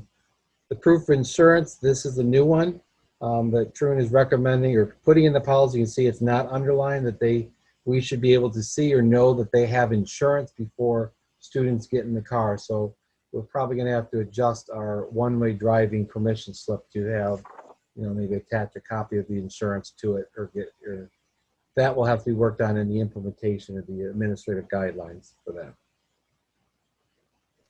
Boosters, there's really no change in boosters and other supports unless they are their own 501c. We have an obligation to oversee them and allow them to use our buildings, et cetera. This is all the, there's no change there. The form, they are recommending that anybody who's a booster, that we have information on who are the people in that booster group, who is our contact for them. So this would be a new form that we'd have to implement. I would be recommending that on the first of Friday in October, we have these collected by. A lot of times boosters or officers are not elected until the September meeting. So this would give us time to, who is the point person for that booster. The form was created by a Troon Law, where we just identify where they're keeping their information, if they're an external booster or an internal booster. Internal will be anybody that's doing, has basically their money with us in the student activities account. External will be those entities that work in our buildings or operate in our buildings, but have their own kind of separate entity. 3107, use Brian, of, before you move on, I was wondering, do we happen to do background checks on the current PTO members or booster clubs that are regularly in the school? if they are, our background checks are done by, if there's a potential that they're going to be left with students or they will be left alone with students, then yes, we do. If they are never alone with students and they're still under the direction of a school employee, then we do not. That's But the if they're general. walking freely through the school without anybody attending them, how can we be sure they're not left alone with students? I would have to, I don't know. Off the top of my head, I'd have to think about that one. But the current what we call volunteer form are using those three criteria. Do they still use the iChat? That's the iChat. That's the iChat form that we use. Because we have some parents, more at the elementary school than anything, that we initially were doing iChats for everybody that went into the school. And then when we sat down with, and I don't remember if it was Troon or if it was Collins and Blaha or O'Reilly, one of the attorneys several years ago, that form was revised to create kind of a three-tiered. If they are alone with students, absolutely. So like your Friday folder moms who may come in to stuff folders or mailboxes, they may never be alone with students because the teacher's always there. They wouldn't necessarily have to have a background check. If there's a possibility they would be left alone or walking kids to a bathroom, yes, we require a background check.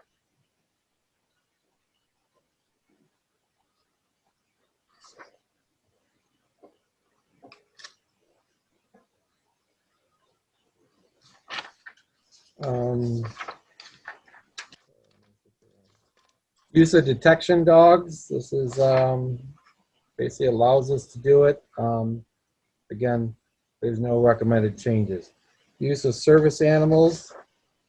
There are no recommended changes in there. It just gives guidance for service animals, which these are current policies that we currently have too. Non-service animals, you see a lot of strike through. My recommendation is go with option 2, which is that we allow for therapy animals, and that they're not allowed except as required by the law, which I believe is what our current policy is.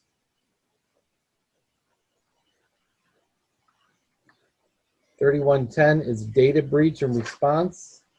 No recommended change, but how we would respond if our data has been breached.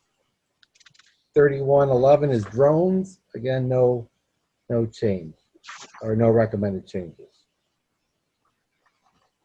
3112, hours, days, and days of school operation.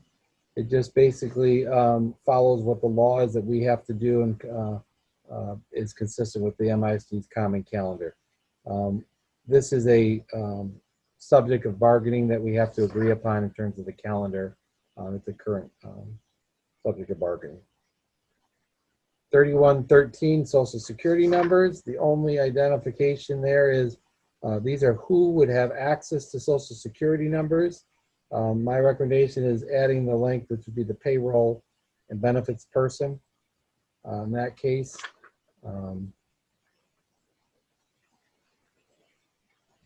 And the only reason, and the first three are from what Troon is recommending. Litigation. This tells you if someone is serving the district, that the summons should be going to the president, treasurer, or secretary in compliance with applicable court rules. And typically, if we are served with papers, it usually comes, many times it has come to me that if we are in court, and then it's I'm just the receiver of what's, whether you like it or not, they name the board as on any litigation. Non-discrimination and retaliation, 3115. Again, it follows what the court or the law says, that we do not discriminate or retaliate. District technology and acceptable use.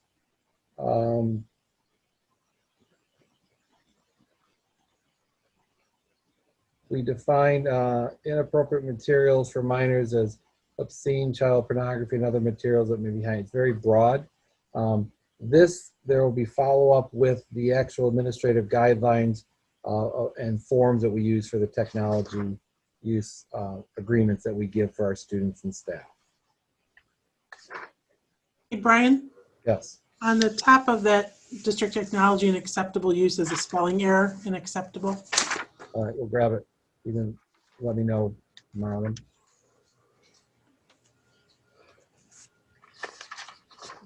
Intellectual properties, basically is if it's done during district time and effort, if it's property of the district. And I do have to say with this one, any letter of agreements that are established would basically say that we're going to agree to violate the policy. So the current letter of agreement allows teachers, while they're capturing videos or their online learning, to be property of the teachers for this year. But normally anything done on the district dollar is property of the district. 3118, Title I, sexual harassment. This is the new policy that went into effect August 7th. The Title I coordinators, this would be Item 9. you could identify more than one Title I coordinator. Brian, Title 9. What did I say? I'm sorry. Title 1. I apologize. It is Title IX. You could identify more than one coordinator, typically the superintendent or HR person / is your first one. In the names here is just mine. I didn't know if the board wanted to have two. If you do, I would recommend tag Tammy, just because you have a male and a female then, depending on the situation that we're dealing with. But I just put originally my name on there because we had to have at least one person. And in the past, I believe Tammy has been on the policies. I think it should be a male and a female. I agree. All right, so I will add Tammy on that one. And this is quite extensive. I would just bring to your attention towards the end. I want to take a second. It's item 7D.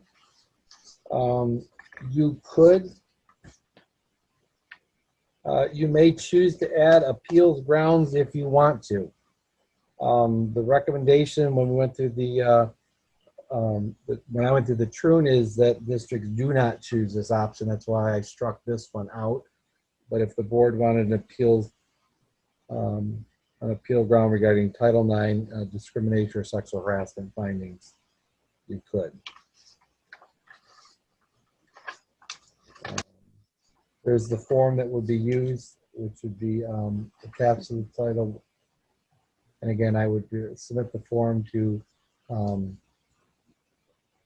this particular one on the form, they're recommending you have one point person be the person to collect all the forms. As part of HR is being under my oversight, that's why I put my name on there.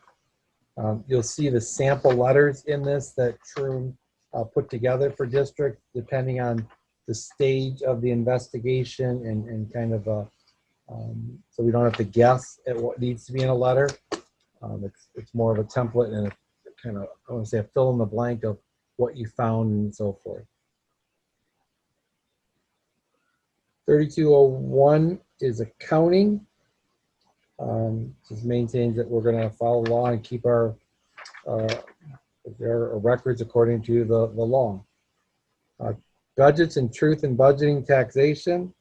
This is the one I would remove, number 5, based on what we talked about previously about the fund balance. So I will delete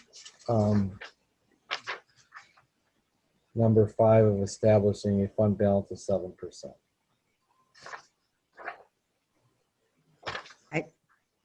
That makes me uncomfortable having that in there as a policy. I will remove it. So Anybody I'm else? fine. Yeah, yeah, I agree. We talked about that earlier. I thought we all agreed with that. We did? Okay. I thought Shouldn't so. it- I mean, we want 5%, right? But we don't need to necessarily put it in the policy. Is that right?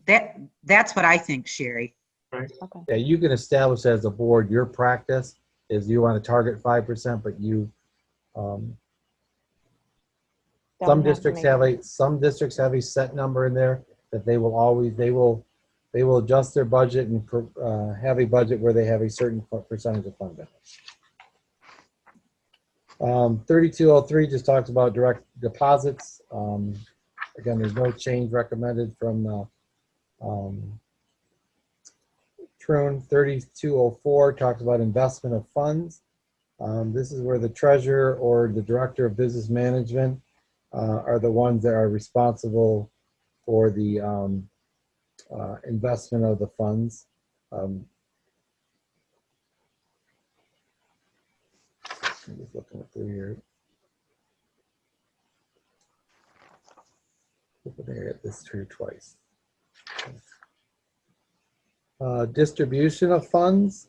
This would be if you allow petty cash, basically cash on hand to do quick reimbursement and to account for it. Tammy, do we currently have petty cash in the buildings?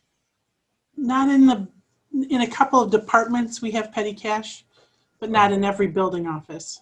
So this would allow us to continue having that petty cash. We can choose whether we do it or not in the departments that currently don't do it.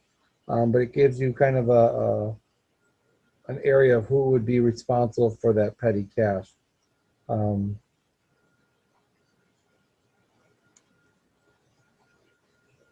this one. Property tax levied.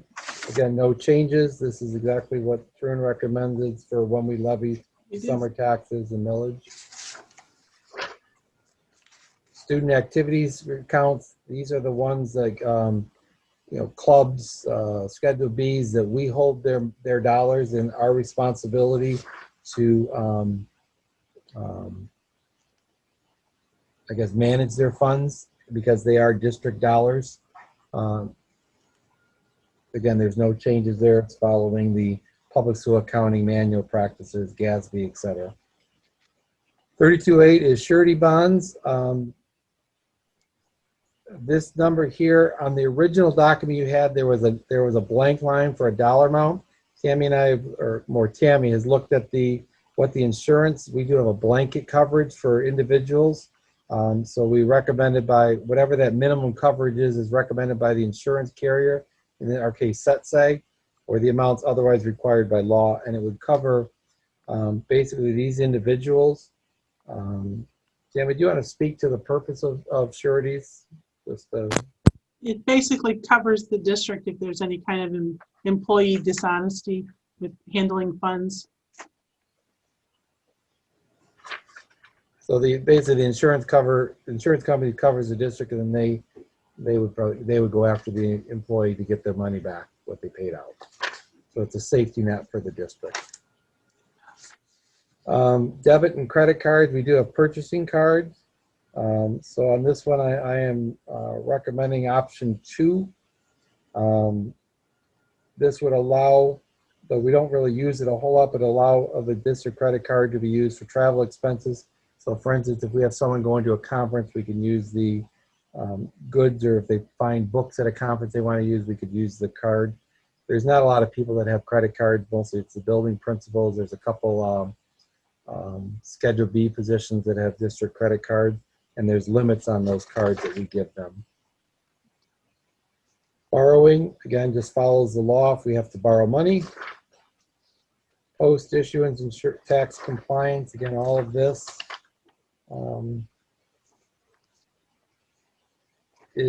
there's no recommended changes. Disclosure, the option is if there's a situation that a particular situation would impose unreasonable burdens, that we could forego that with the advice of counsel. So the only reason I would recommend having that, because the only reason why we would be able to circumvent or not do this is if the council, bond council, agrees with us on this. Electronic transaction. This just allows and then you approve this every year at the organization, but allows the superintendent business manager. It's really Tammy. I would not do any of this because I don't even know how to do this, but or my designee, which would be Tammy, to allow for transferring funds electronically, uploading, etc.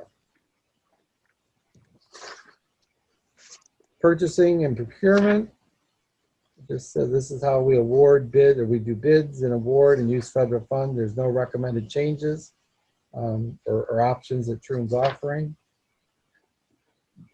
Acquisition of real property. I would recommend you allow for Section B, which would allow the board, as long as the board gave the parameters and a legal review, the superintendent may enter or negotiate or modify a document if we were dealing with any real property, which would be within the parameters of whatever the board set, and obviously the legal counsel. So just gives a little more flexibility for us as an organization. Gifts and donations. If it's a fair market value of $10,000 or less, that allows me to accept that donation. If it's over $10,000, that would have to go to the board for approval. That is a dollar value you can set. There's a form on here that if we're accepting donations, what we would fill out. On the form, there is an option that if someone wanted to donate directly to the Education Foundation, we could allow them to make that donation directly to the education. That is optional. You don't have to have that language on there. I thought it was beneficial. And during the training or the guidance, there was no position that Troon took on that one. Use of district property allows us to use the district property for following the application.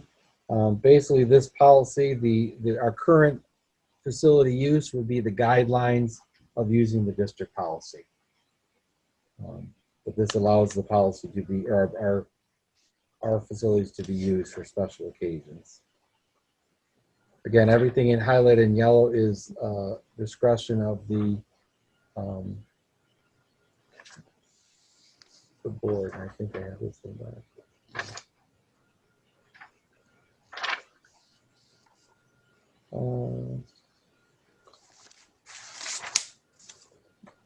D is the option 2 would be the superintendent would have discretion to limit use by non-student groups, depending on what it would be used for, which we currently do. The fees and rentals, this would be one that would more likely become a new, you would establish at the organizational meeting the yearly fees for rentals. So that would be something new. Whether it's just maintaining or whether it's if you wanted to increase or decrease rentals. Opposed to doing that during budget time?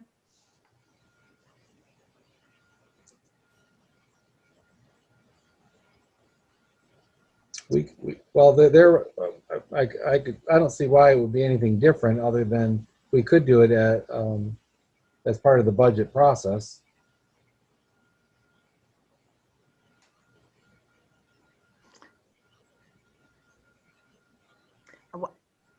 I don't know what anyone else thinks, but this is saying that we would do that every year. So every year we would say, yes, we're doing something or we don't. But if we're not in the middle of talking about budget, we could say at the organizational meeting, we're not going to do something. And then we get talking into budget as the months go on and we do have to do something. If you kept the current language, the mindset would be that as we're doing the budget for the first 6 months, we're going to collect one rate, and the second 6 months we would collect a different rate potentially if we had to Okay. increase it. So as you're building the budget, I don't have any problem doing it there. I just threw it out there that, would you be talking about it more when you're talking budget? I would probably say, Margaret, we may, if we collected a lot of revenue from rentals. We really don't collect, in the big scheme of things, a lot of rental revenue. Right. But if it was a significant portion of our budget, again, I'm not saying what we don't collect isn't significant, but it's in the big scheme, it's very small in the big scheme. So, Does anyone else have an issue with doing it at the organizational meeting as opposed to during budget talks? Well, we already have the prices, right, set now? So we Correct. would just approve those. the way it's Or talk currently, about the way it was currently written, I would bring it to the organizational meeting with a recommendation that we keep the same or we adjust them, and the board at that time would vote yes or no on the recommendation. If you want to move it, we could say the board annually, when the board approves the fiscal budget. Well, don't you think that we would have a better idea of whether or not we need to raise it or not when we're talking about the budget? You would. Can it still, I mean, it can still be, both can be done, right? You have the option of amending anything that you take action on. All this is saying is that the fees are going to be set basically January, I know it's not January 1, but January 1 of every year. You as a board always have the option to change it based on the circumstances of the district.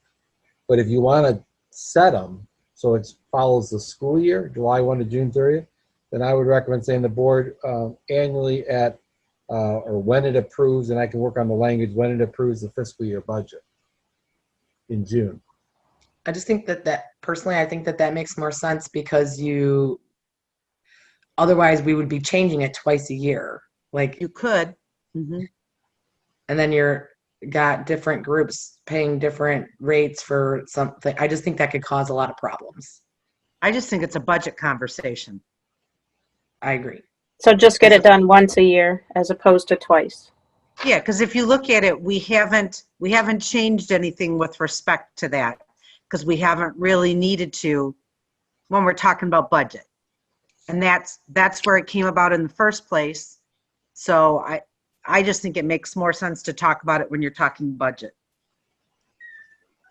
If that's the direction of the board, I can craft some language and I'll adjust it when it comes back during the budget season for the cycle. Is everyone else good with that? I agree. With that. Yes. Yes. Yes. Okay. Kyle? Yes, I said yes. Thank you. Okay. Oh, you did. I didn't hear you. I mumbled yes. Oh, is that what it was? Okay. 3305 talks about the sale and lease of the district property. Again, it gives the flexibility that I have the ability to obtain, negotiate, or modify under the parameters that the board has given me, and it's subject to legal review. 3306 is construction bidding. Again, this is basically by law what we have to do. There's no recommended changes. Construction administration. This is an optional one, and it's really, as you can see, it's recommended that if a district has or anticipates constructing a high school, again, I'm not recommending, I'm not saying we're going to, but this would be for a future, that it or expands a high school by 20%, the district submits those plans to the local zoning authority for review. It doesn't mean they have to approve them because everything's approved by the state or school district, but it allows the local, and part of that deals with the new language of, if you recall, I met with the police and fire about Lee Elementary School and talked to them about the addition, so they had some input on what they saw we would do. This accompanied it, but there's specific language that it addresses a new high school or expanding a high school. Again, number 3 is completely, it's optional for districts that are located within a city or village. So you could take 3 out completely. But if you are going to do it, they would recommend that language.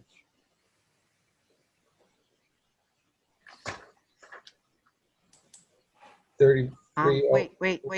Anybody's thoughts? I'm good with it. I think it makes sense for us to let them know the changes that are going to happen, and then they can put the input in if they need to, as far as fire and safety and things of that nature. Mm-hmm. Well, it's not talking fire and safety, it's zoning.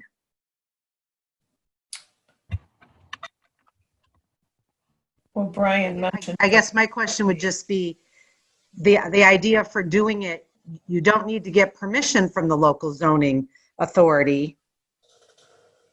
So you just want them, the idea is just to take a look at it, here's what we're doing, It's and put more that of in a policy? courtesy. I'd say that again. It's going into policy, so you submit the plan to the local zoning authority for their review. For their review to just, with the idea that says this is what the school district's doing, they can't stop you from doing. They can't deny it. They can't stop everything because the school districts fall under state Correct. jurisdiction. So basically where I could see this coming is if we were expanding the high school and there was a master plan in the city of Richmond that they were going to do, I don't know, knock these houses down and create a park, and they may say, well, it may make sense to move the addition over here based on the big picture master plan. It's suggestions. It's not that we have to do it. It's more of a, I would say, a courtesy that we have the ability with the local zoning agency to review the plans to see what they're doing. It may also go the opposite way. Hey, the school district's looking to expand the building. We might want to consider using this piece of property that the city owns differently because now with the expansion, or be able to, well, it may sense, we don't really have that here because we're kind of landlocked with houses around Right. us. But it's more, I look at this as more of a courtesy, and I'll be honest, whether this is in policy or not, I would sit down with, That's kind of the what city- my point I'm trying to make. I don't know why it needs to be in policy. The school district would have conversation in that. I just don't know the reason why it needs to be in policy. That's just where I'm coming from. Anybody else? Thoughts? I'm okay with it being in. I'm fine with it being there. Yeah, I also think that it doesn't hurt being there, because what if, I mean, like Brian mentioned, like they can tell you like plans they have coming up or something like that that might change things. I know that we would do that anyways, but then why not just make it policy to do it? Again, that's not, they don't make or break our decision, but it's nice to get the more information, the more you know. That was my thought. Yeah, I'm good with it. I am too. Okay. 3308 is distribution of materials. Basically, we review all advertisements that go out to make sure they're in conjunction with kind of the mission. This policy allows the superintendent or designee, so some of the stuff that I typically get really doesn't need to come to me. It could be approved at the building level. And I'll just give it a PTO flyer, they're their own entity. Currently, I approve all of them, but realistically, Mr. Koshin or Mr. Castle or Mr. Bartels, it's part of their bill. They could approve it. Doesn't have to go through another hurdle. So,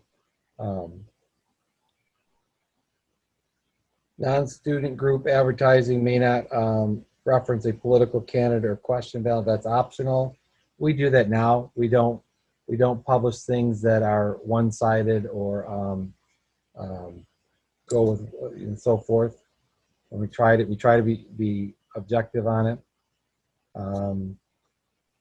Non-student group advertising, if approved, intended to generate revenue. The administrative guidelines that go with this would be, because we're talking about advertising, what the board's already approved in the advertising. Basically, if it's not permanent, myself or Mr. Reinhardt has the ability to approve it. If it's permanent, it comes to the board. It's something we're going to permanently make on our building. 3309 bus inspection. We're going to follow the law on the bus inspection. There's no options there. 3401. This allows the superintendent to close, delay, or dismiss school due to activities, health and safety and welfare of students, such as weather delays, etc., which is currently what we do. 3402, the drills, plans, and reports. We're going to follow the safety drills and reports that we have to follow. There's no recommended changes there. 3403, we're going to report accidents as we're required to do and make sure the parents notify, which is what we currently do. The student parent, when there's an accident report is filled out. Communicable diseases, 3404. Basically, we're going to follow what's required by the health department and the Michigan Department of Health and Human Services. There's no recommended changes. 3405. The only thing I recommend is just taking the optional. We do the annual bloodborne pathogens for all employees being hired, as well as each year we remind them it's a survey or a video they watch online. My recommendation would be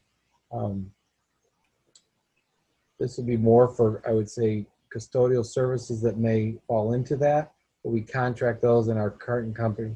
Our current company and our past companies dealt with this among their employees. Pest management,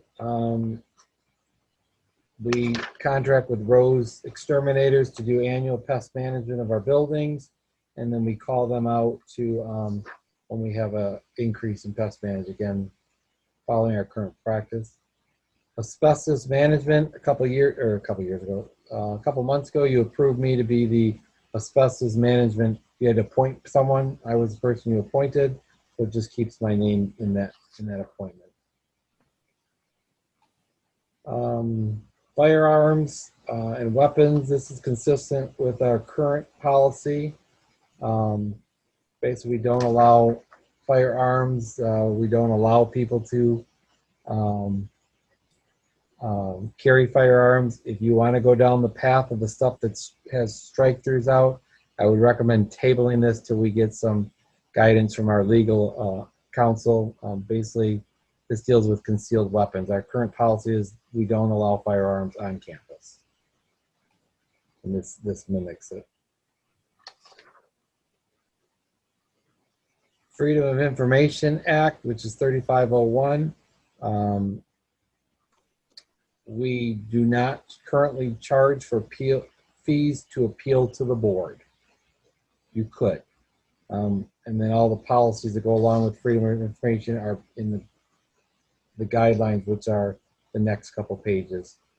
In this case, Kimberly Elms is our point person.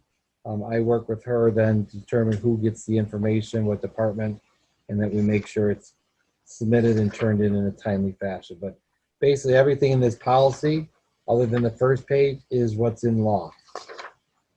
The only thing identified is who they mail the request to, how they send it here, and then the phone number. And I realize I got to correct the phone number on this one.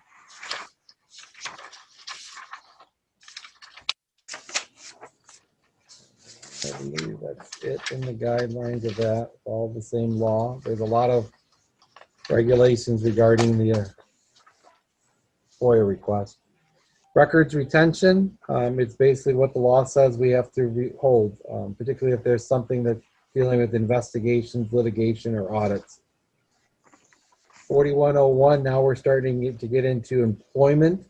There's a couple areas. we're dealing with general employees. You'll see supervisors and administrators and superintendent. 4101 is where it's non-discrimination. We're not going to discriminate against anybody based on the federal law and the protected classes. 4102 is anti-harassment, which includes sexual harassment. Again, there's no recommended changes. It's following the law that's written here in terms of how we operate. 4103 is the Whistleblower Protection Act. It basically is our policy that we will, if someone exercises a whistleblower, they basically are protected, and that there's a third party that typically investigates this. Again, no changes being recommended following what Troon is recommending. Employment complaint procedures. Again, here we have two individuals. If there's a complaint against a board member, employee, or employment application who believes they've been discriminated, there's a process to go through the complaint. There is the form 4104, which talks about what they fill out if they feel they've been discriminated or have a complaint form. 4105 talks about workplace accommodations for employees and applicants with disabilities. Again, there's no recommended changes there.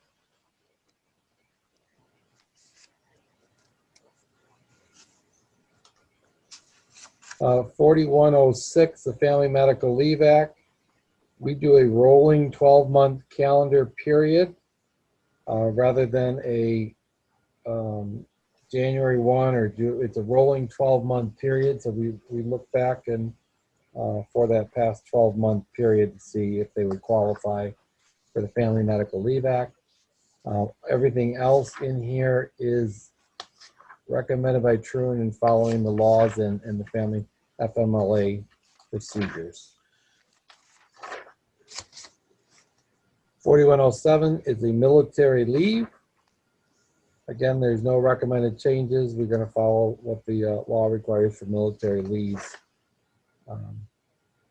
4108, union activity and representation. Basically, this is saying that we're going to follow PARA, the Public Employee Relations, and we do not get involved in the union activity. That's a separate entity, but we won't discriminate against people because they are a member or non-member of a union. Again, this is exactly what's recommended based on the NLRB versus the Weingarten law or court case, as well as the Michigan Revised School Code. 4109 regarding breaks for nursing mothers. 4110 is reimbursement for breakfast, lunch, and dinner. I did up the lodging. It was currently $100. I went to $150 because there's a lot of cases, and we don't have very many of them, but there's a hotel cost for someone staying over. The $100 is it's hard to hit in some cases. So I upped it to $150. And then we approved the millage or the mileage rate, excuse me, at whatever the IRS rate is. 4111 is professional development. If you recall, the law changes that we have to offer sketches. And so we need certain things like attendance logs, signing out sheets, etc. None of this has changed. It's all part of the law that we require for PD. 4112, extracurricular employees and volunteers. Basically, we're going to pay them the minimum wage or overtime requirements.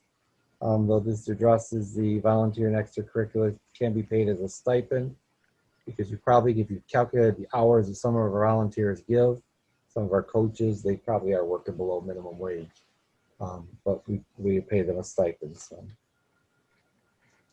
4105 deals, this section starts with administrators and supervisors. It's basically who defines the definitions of an administrator according to the revised school code. No changes there. 4502 talks about assignments and transfers.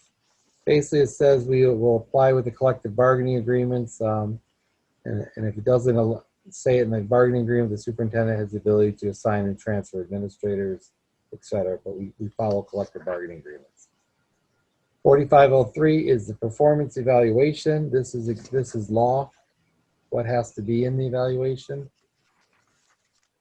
4504, the performance-based compensation.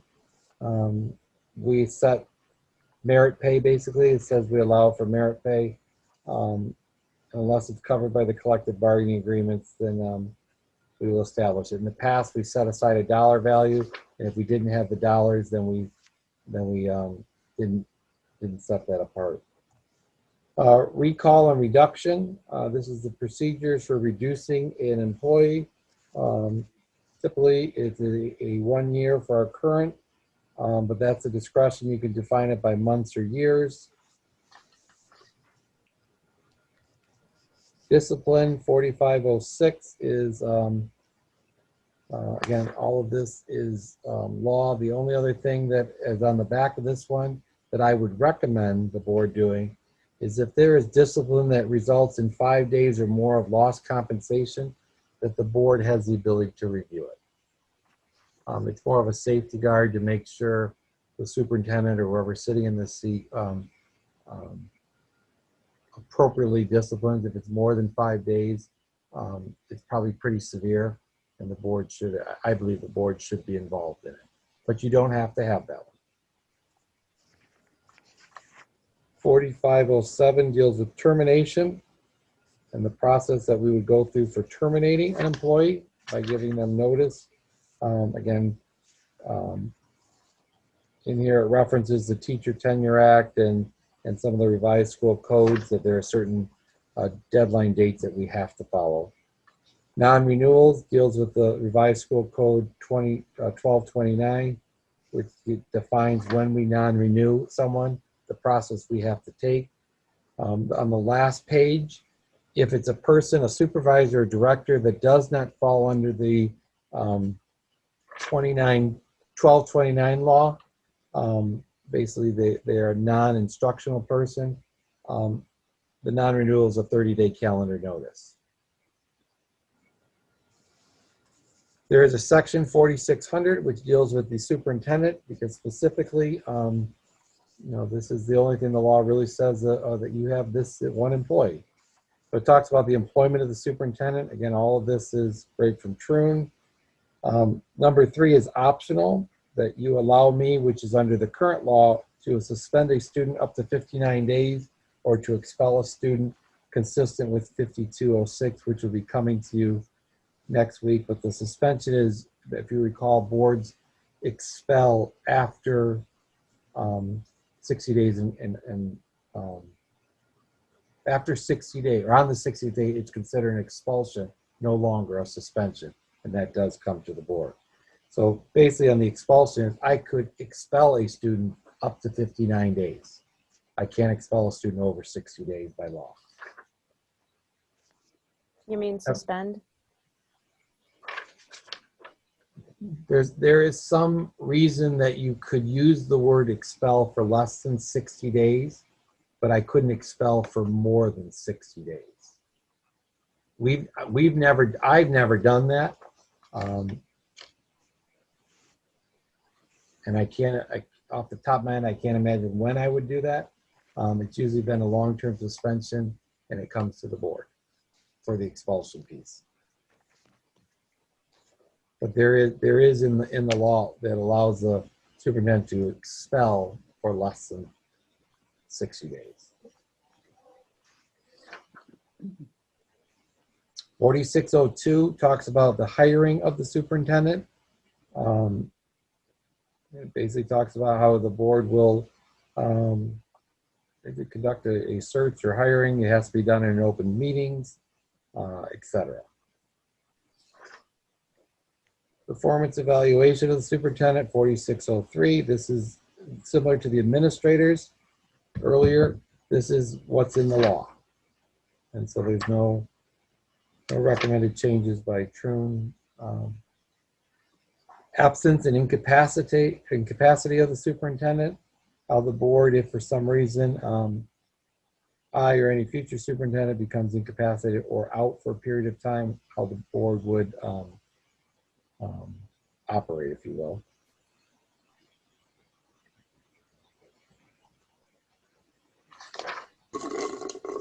$46.05 is gifts and donation the superintendent can and cannot accept. I won't accept any or solicit any gifts for personal gifts or gift giving, etc.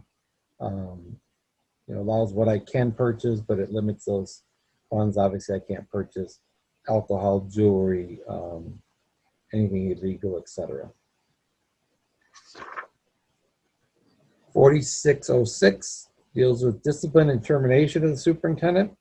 Again, all of this is based on the law. There's no recommendation.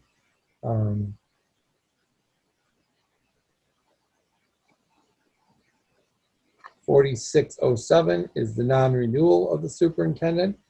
This is based on revised school code section 1229, which basically requires a 90-day notice before the expiration of the contract.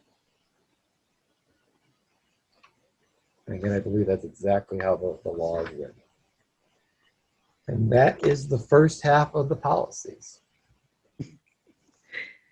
Aren't you all glad I told Brian not to do them all in one night? Thank you. Mm-hmm. Appreciate As I keep that. looking at the clock going, holy smokes. But that's one of the most fun things we get to do, right?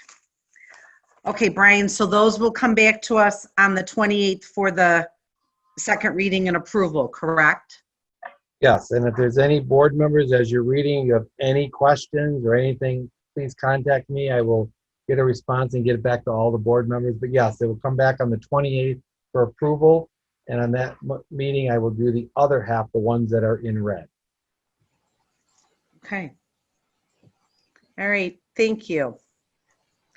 Next, our public comment. It's the portion of our meeting. If someone would like to address the board, they can do so. While this is not a question and answer period, if you have a question that you would like answered, you can email that question to me at mtelto@richmond.k12.mi.us, and someone will get back with you. You have 3 minutes to speak. Is there anyone who would like to address the board? I believe everybody has the ability to unmute themselves. Well, in our massive crowd tonight, nobody wants to address the board. Okay, we're going to move on to superintendent legislative update. Superintendent update is school has started, and I cannot thank the staff, the parents, and the students. The first week, we had some hiccups which we expected, particularly with the technology and being the virtual. But overall, I am very pleased with how school started.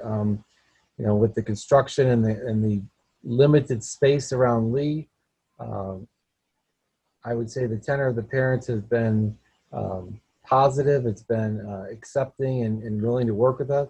I just remind people, please be patient, please be flexible, particularly with the virtual. We have currently a little over 240 students that are opting for the virtual.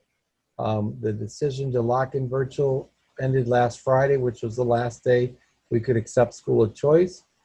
So for the next basically 5 weeks, I believe it's through October 2nd, is the next window to move from in-person to virtual or virtual to in-person.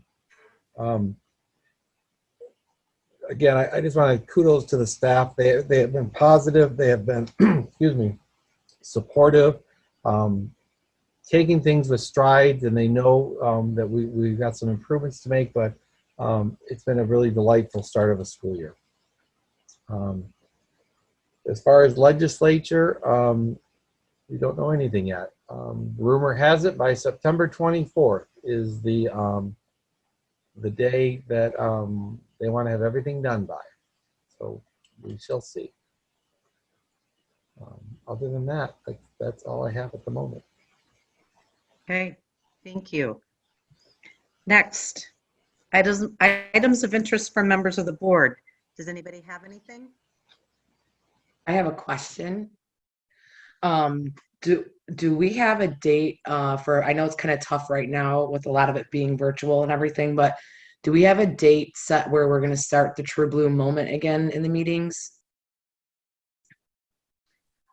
We have not Okay. talked about that yet. If we could, I'll get with Brian. We could try maybe November, Okay. or we could try second semester. I guess we'll, Brian, get a feel from the administrators and that, what they think, but we could probably shoot for November.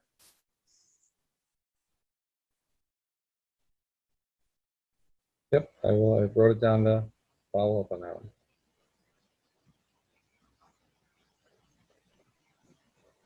Anybody else? I would just like Okay. to say how, whoa. I would just like to echo what Brian said, that the start of the school year has gone smooth. I've heard nothing but positive things. So thank you again to everyone that's making that possible. Secondly, I'll try and say this as nicely as possible. I'm not sure how we can be allowed to let our kids back in school, but they can't go to an outdoor football game. I just don't understand it. I don't understand, if our governor is following the science, how we are making our athletes wear masks in competition, which is, I'm not a medical expert, I just have common sense, that is far more dangerous than catching a COVID cold. And I just know what you're getting when you vote for whoever you vote for. That's all I got to say. Well, look at you on your soapbox this evening. I just like things that make sense. Listen, I like things that make sense too. Anybody else, soapbox or otherwise? Anybody got anything? No? Okay, then I'm going to look for a motion to go into closed session for negotiations. Anybody? I'm coming.